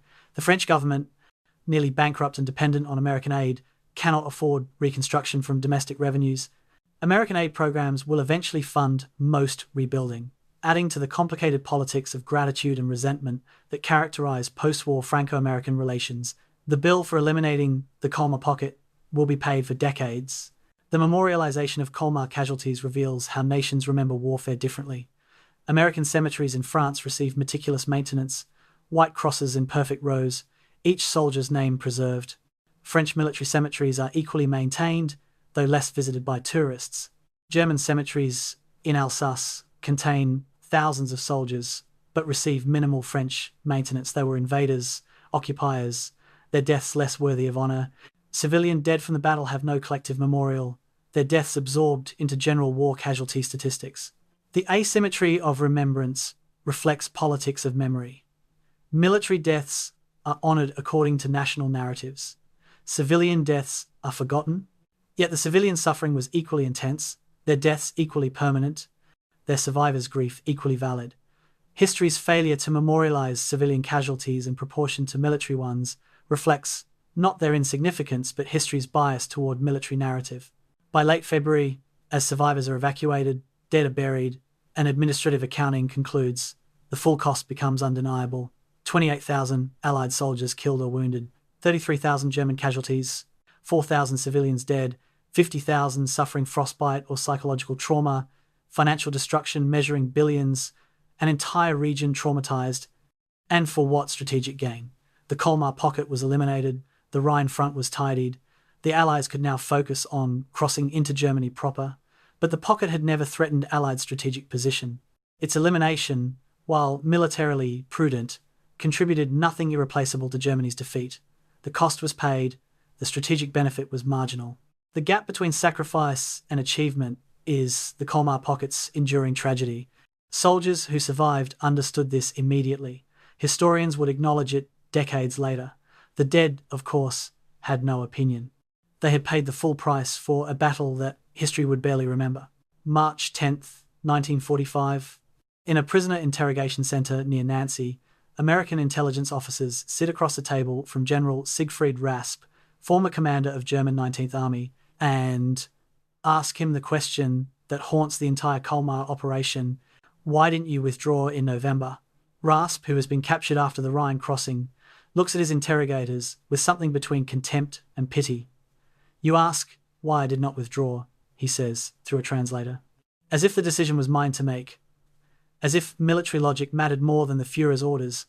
I requested permission to evacuate 17 times between November 1st and January 20th. Each request was denied. The 18th request cost me my command. He pauses, lights a cigarette with hands that shake slightly. You Americans study war as engineering, problem supply, logistics, force ratios. We studied it as test of will. Hitler believed willpower could overcome material reality. The Colmar Pocket is his proof not of strength but of insanity. 50,000 men, sacrificed for nothing, except his refusal to accept that Germany is dying. The interrogation continues for hours, but Rasp's opening statement captures the essential truth. The Colmar Pocket was strategic catastrophe, born of political madness, and everyone involved knew it except the man whose orders mattered most. The post-war analysis conducted by Allied operations research teams reveals the Colmar Pocket as case study in strategic dysfunction. If German forces had withdrawn from Alsace in November 1944, consolidating on the Rhine's eastern bank, several consequences would have followed. First, the 30,000 German soldiers lost in the pocket would have been available to defend the Rhine river line or reinforce other sectors. Second, the supplies and equipment lost: 120 tanks and assault guns, 400 artillery pieces, 5,000 vehicles would have sustained operations elsewhere. Third, the pocket's garrison, fighting defensively in November, could have been redeployed to offensive operations, supporting the Ardennes offensive or Operation Nordwind. The counterfactual is clear. Germany would have been militarily stronger in December and January without the Colmar Pocket. Hitler's insistence on holding it weakened rather than strengthened German strategic position. But the analysis becomes more complex when considering Allied perspectives. If Germany had evacuated the pocket in November, what would Allied forces have done? American and French units that spent January and February reducing the pocket would have been available for other operations. The casualties suffered: 28,000 Allied soldiers would have been avoided or spent elsewhere. Rhine crossing operations, scheduled for March, might have begun in January with 2 additional divisions available. The war might have ended weeks earlier, saving thousands of lives on all sides. This is the optimistic scenario, and it's seductive. But military historians note complications. Would Eisenhower have authorized early Rhine crossings without ensuring his flanks were secured? Would winter weather have permitted earlier operations? Would political considerations about French involvement have changed operational timelines? The counterfactual, examined rigorously, suggests marginal differences rather than dramatic changes. German military professionals interviewed after the war uniformly condemn Hitler's Colmar decision. General de Infanterie Friedrich Wieser, who commanded 19th Army before being relieved for requesting withdrawal authorization, states in his memoirs, "The Colmar Pocket was militarily indefensible and strategically worthless. Its only value was symbolic: Hitler's refusal to abandon historically German territory. But symbolism is not strategy. The 50,000 men we committed to defending the pocket could have extended the Rhine defense by weeks or months if properly employed. Instead, they were sacrificed to political theater." Other German commanders echo this assessment. The professional officer corps understood the pocket's futility, but by late 1944, professional military judgment had been subordinated entirely to Hitler's increasingly delusional strategic vision. The Allied handling of the Colmar Pocket reveals its own strategic failures, though of different character than German mistakes. General Dwight Eisenhower admits in his memoirs, published years later, that the pocket should have been eliminated in November or early December, not January. His reasoning: The assignment of the Colmar sector to French forces, while politically necessary, proved militarily premature. The French First Army, though improving rapidly, lacked the specialized capabilities needed to reduce a heavily fortified position. My error was allowing political considerations to override operational efficiency. The casualties suffered in January might have been substantially reduced if American forces had led the offensive in November with French support rather than vice versa. This is diplomatic language for acknowledging that coalition politics costs lives. General Jacob Devers, commanding 6th Army Group, is more blunt in his post-war assessment. Testifying before Army historical boards, he states that the Colmar Pocket was a low-priority problem made critical by neglect and poor resource allocation. Had I been given the 2 additional divisions I requested in November, the pocket could have been eliminated before the Bulge offensive complicated everything. Instead, my best units were pulled north, I was left with undertrained divisions, and the French and told to make it work. We made it work, but at unnecessary cost. Devers' bitterness, evident decades later, reflects his belief that Eisenhower and the Supreme Headquarters staff never properly understood the Alsatian situation and relegated it to secondary importance when it deserved more attention. French military historians defend their army's performance while acknowledging limitations. General de Latre's post-war writings argue that French First Army, given proper support from the beginning, could have reduced the pocket in November. The November failures, he claims, resulted from insufficient artillery, inadequate engineering support, and unrealistic timelines imposed by American commanders impatient with French methodical approach. This interpretation is self-serving but contains elements of truth. French forces did lack specialized capabilities in November. American provision of engineering and artillery support in January was decisive. Whether French forces could have succeeded earlier with proper support remains counterfactual speculation, but the argument is not absurd. The broader strategic impact of the Colmar Pocket on the war's timeline is probably minimal but difficult to prove definitively. Germany surrendered on May 8, 1945. Would eliminating the Colmar Pocket in November rather than February have accelerated this timeline? Probably not significantly. The decisive factors in Germany's defeat were Soviet advances in the east, the Allied strategic bombing campaign destroying German industry, and Germany's fundamental inability to replace losses in men and materiel. The Colmar Pocket was sideshow to these main efforts. Its elimination in February versus hypothetical elimination in November might have changed the war's end by days or weeks at most. This is cold comfort to the 28,000 Allied casualties and 33,000 German casualties who paid for those weeks, but strategic analysis deals in aggregate effects rather than individual suffering. The operational lessons from the Colmar Pocket influenced post-war military doctrine in multiple armies. American Army study groups identified several key failures: inadequate preparation for winter warfare, insufficient emphasis on river crossing capabilities, poor integration with coalition partners. These lessons fed into NATO planning, influencing Cold War doctrine about coalition operations. The French army, studying its own performance, emphasized the need for combined arms integration and specialized capabilities that cannot be improvised under battlefield pressure.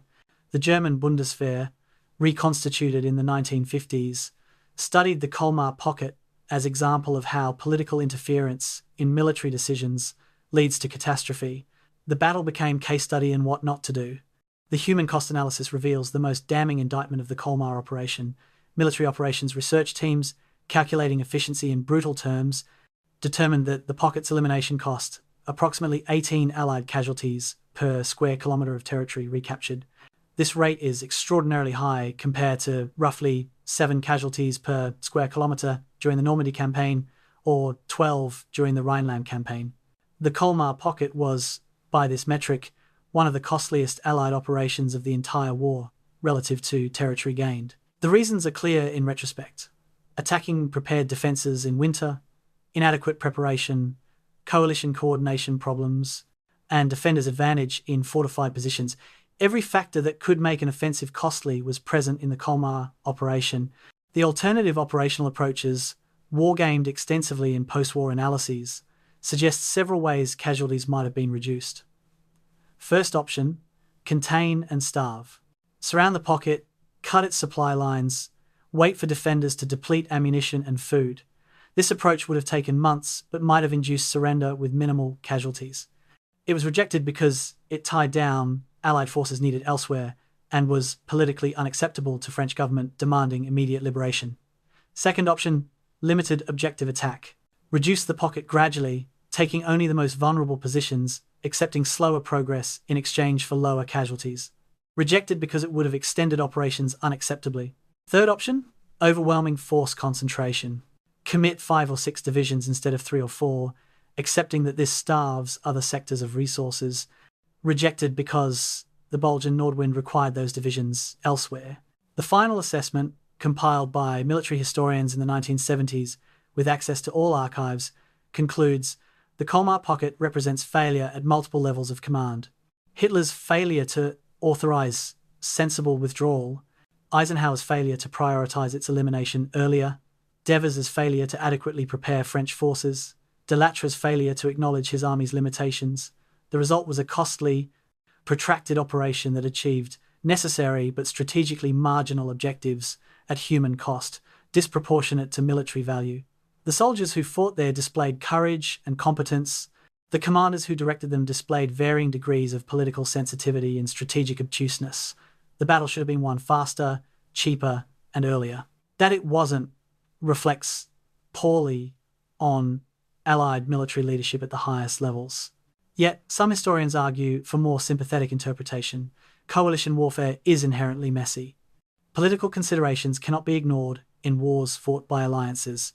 France needed military victories to establish post-war credibility. American forces were stretched across multiple theaters. German fanatical resistance was impossible to predict with certainty. The winter weather was beyond anyone's control. Given these constraints, perhaps the Colmar operation was managed as well as realistically possible. This interpretation, while generous to commanders, doesn't satisfy soldiers who fought the battle or families who lost loved ones. For them, the question remains, was this necessary?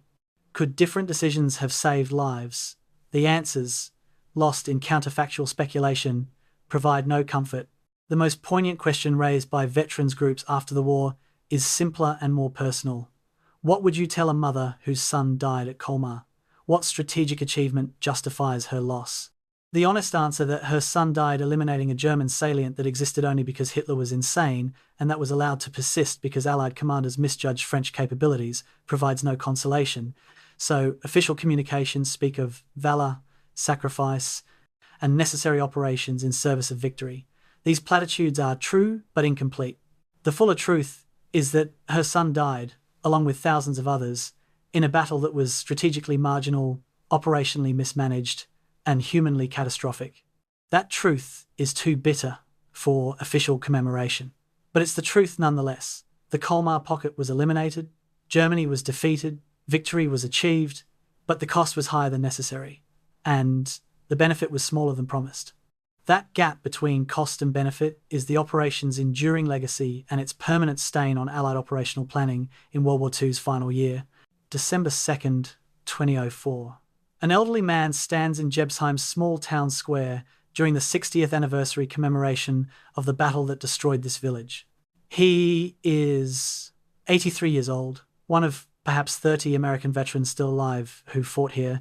His name is Thomas Kowalski, the nephew of Staff Sergeant Martin Kowalski, who died on this ground in January 1945. Thomas was 5 years old when his uncle died. He has no personal memory of him, only stories and a photograph in uniform. He's come to Jebsheim because no one else in his family can make the journey. The commemoration is small, perhaps 200 people, mostly locals, a handful of French veterans, a few German veterans, and Thomas. The mayor gives a speech in French. Someone translates, for the Americans. A wreath is laid. The French national anthem is sung. Thomas thinks about the 23,000 Americans who fought in the Colmar Pocket and wonders how many people outside this square even know the battle happened. His uncle died in one of World War II's largest and costliest operations. History has almost completely forgotten it. Standing in the cold December drizzle, Thomas wonders why. The immediate post-war period saw minimal coverage of the Colmar Pocket in American media. In 1945 and 46, when newspapers published victory retrospectives and book publishers rushed out war histories, Colmar received scant mention. The reasons were multiple and mutually reinforcing. First, timing. The battle occurred simultaneously with the more dramatic Battle of the Bulge, which dominated headlines and captured public imagination. Second, location. The battle occurred in the American-French sector, making it unclear whose story it was. American accounts focused on American theaters. French accounts were consumed with internal politics. Third, outcome. The battle was victory, but messy, costly, and lacking the clean narrative arc that makes good storytelling. Fourth, explaining the Colmar Pocket required explaining coalition warfare, French political sensitivities, and German defensive strategy, too complicated for mass audiences seeking simple triumph narratives. The statistical comparison with the Battle of the Bulge reveals Colmar's obscurity, despite comparable scale. The Bulge generated approximately 10,000 news stories in American newspapers during and immediately after the battle. Colmar generated fewer than 200. The Bulge was covered by famous war correspondents Ernie Pyle, Bill Malden, others. Colmar had minimal correspondent presence because most were covering the Bulge. The Bulge generated multiple books, published within months of war's end. Colmar appears as footnote or is omitted entirely from most wartime histories. The Bulge entered American cultural memory through films, novels, and collective commemoration. Colmar remained obscure, except to those who fought there. This disparity is not explained by military significance. Both battles involved comparable forces and casualties. It's explained by narrative tractability and timing. The Bulge fit the story America wanted to tell about the war. Colmar didn't. French post-war treatment of Colmar was equally complicated for different reasons. General de Latre's memoirs, published posthumously, devote substantial attention to the operation, portraying it as triumph of French military rebirth. He emphasizes French forces liberating French soil, proving French military competence, earning France's place among victorious allies. The casualties are acknowledged but framed as necessary sacrifice for national honor. This interpretation becomes semi-official in French military history, but it coexists uneasily with the actual details, the November failures, the dependence on American engineering support, the coordination problems. French military historians in subsequent decades grapple with balancing national pride against historical accuracy. Some emphasize French achievements. Others acknowledge limitations. None want to dwell on a battle whose success required American intervention to rescue French failures. German post-war accounts of the Colmar Pocket, where they exist at all, treat it as example of Hitler's strategic insanity rather than German military failure. Wehrmacht veterans' memoirs, published in the 1950s and 60s, describe competent defense undermined by impossible orders. They emphasize the soldiers' skill and courage while condemning Hitler's refusal to authorize withdrawal. This interpretation allows German military professionals to maintain pride in tactical performance while disclaiming responsibility for strategic catastrophe. It's self-serving, but not entirely false. The German soldiers who defended the Colmar Pocket fought competently. Their defeat resulted from overwhelming Allied material superiority, combined with Hitler's refusal to permit sensible withdrawal, not from German tactical failures. This narrative allows German veterans to remember the battle without the shame that attaches to many Wehrmacht operations in the war's final year. The physical memorialization of the battle reveals how memory is constructed and contested. In Colmar itself, a monument to French liberation stands prominently in the city centre. It depicts French soldiers in heroic poses, mentions dates but not casualties, emphasizes liberation rather than battle's cost. American contributions are acknowledged in small plaque thanking American engineering support. The monument serves French national narrative, French forces liberating French city. Historical accuracy is secondary to symbolic meaning. In smaller villages like Jebsheim, memorials are more modest, simple plaques listing dates and units, acknowledging both French and American forces. These memorials are visited primarily during anniversary commemorations, receive minimal maintenance between events, gradually fade from local consciousness as veterans die and younger generations forget. The American Military Cemetery at Epinal, 80 kilometers from Colmar, contains graves of many Americans who died in the pocket. 5,400 Americans are buried there, many from the Colmar operation. The cemetery is beautifully maintained, perfect white crosses, meticulous landscaping, visitor center with maps and historical displays. American tourists visit occasionally, though far fewer than visit Normandy's cemeteries. The cemetery's existence acknowledges American sacrifice, but its location separate from the battlefield, disconnects the graves from the places where men died. Visitors can pay respects but cannot walk the ground where the battles occurred. This geographic separation makes it harder to understand what these soldiers experienced and why they died. Academic historians began serious study of the Colmar Pocket only in the 1970s and 80s, as archives opened and German documents became available. These studies, published in military history journals and specialized books, provide detailed tactical and operational analysis. They identify mistakes, assess casualties, evaluate strategic significance. They're read by military professionals, historians, and few others. Popular histories of World War II continue to minimize or omit Colmar. The definitive American popular history of the war in Europe, Stephen Ambrose's works in the 1990s, mention Colmar briefly in context of other operations, but don't treat it as significant battle in its own right. The academic knowledge exists, but it hasn't penetrated popular consciousness. The strategic significance of the Colmar Pocket, assessed with 70 years perspective, is real but limited. The operation eliminated the last German bridgehead west of the Rhine, allowing Allied forces to concentrate on Rhine crossings without worrying about flanks. It proved French military competence barely satisfying political requirements for French participation. It destroyed German 19th Army, eliminating forces that might otherwise have defended the Rhine more effectively.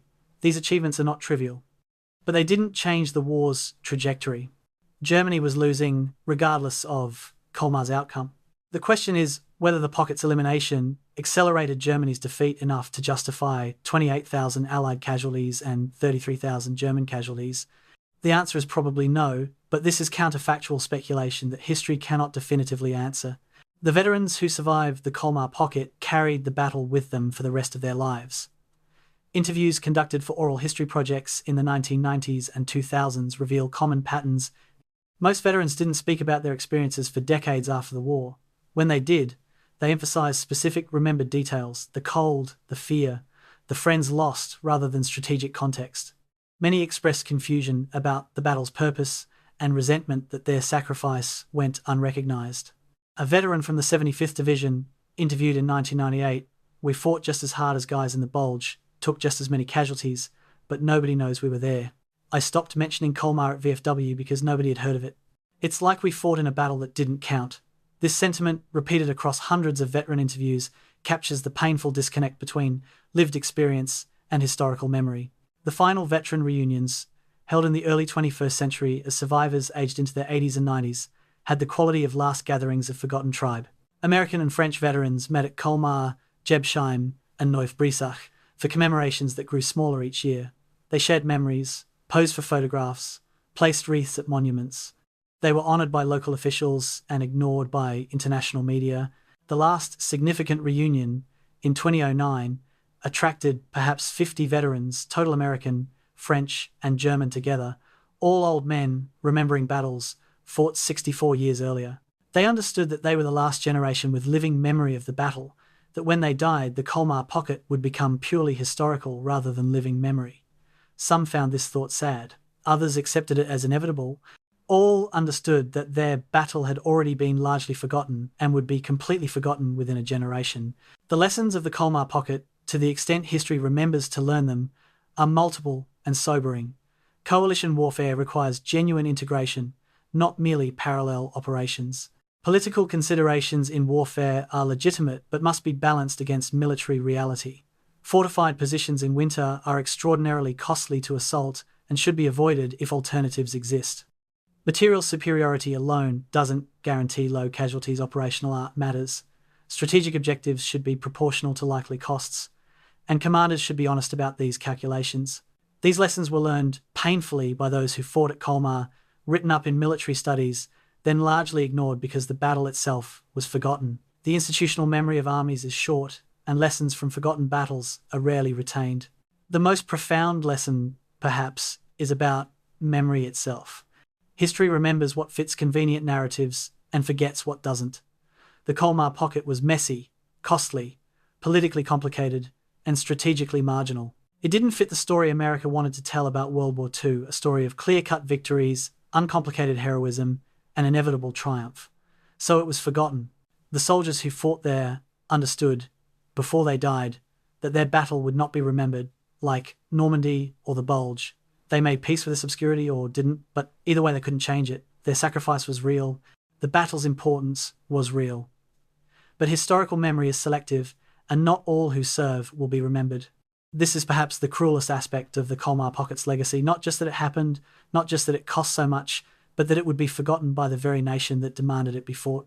Today, Colmar is a prosperous Alsatian city famous for Christmas markets and wine. Tourists photograph half-timbered buildings, none mentioning that 40% of those buildings are post-war reconstructions, replacing structures destroyed in 1945. The villages where the heaviest fighting occurred, Jebsheim, Grusenheim, Riedwihr, are quiet farming communities where few residents under 60 know about the battles. The Rhine flows peacefully, its bridges rebuilt, no indication that in February 1945 its crossing points were scenes of desperate combat. The Ill River is just a river, not a barrier that cost hundreds of American engineers their lives to cross. The fields are cultivated, productive, showing no evidence that beneath them lie unexploded ordnance, and occasionally human remains still being discovered. Alsace has moved on. The war is 75 years past, living memory nearly extinct, the battle itself preserved only in archives and small museums that few visit. And perhaps this is appropriate. Nations cannot memorialize every battle equally. Resources for commemoration are finite. Narrative attention is limited. If the Colmar Pocket is forgotten, while Normandy and the Bulge are remembered, this reflects not the battle's unimportance, but the human need to construct usable past rather than comprehensive one. The soldiers who died at Colmar are not less honoured because their battle is less famous. Their sacrifice was not diminished by history's forgetfulness. They did what was asked of them. They fought with courage. Many died.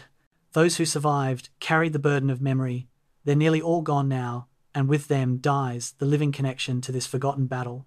What remains are archives, academic studies, small monuments, and the example of how thoroughly history can forget what once seemed unforgettable.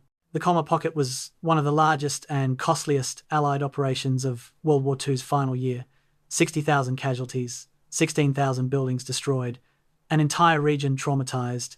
And yet, if you ask Americans to name major World War II battles, almost none mention Colmar. If you ask French civilians about liberation battles, they speak of Normandy or Paris, not Colmar. If you ask Germans about final defeats, they mention Stalingrad or Berlin, not Alsace.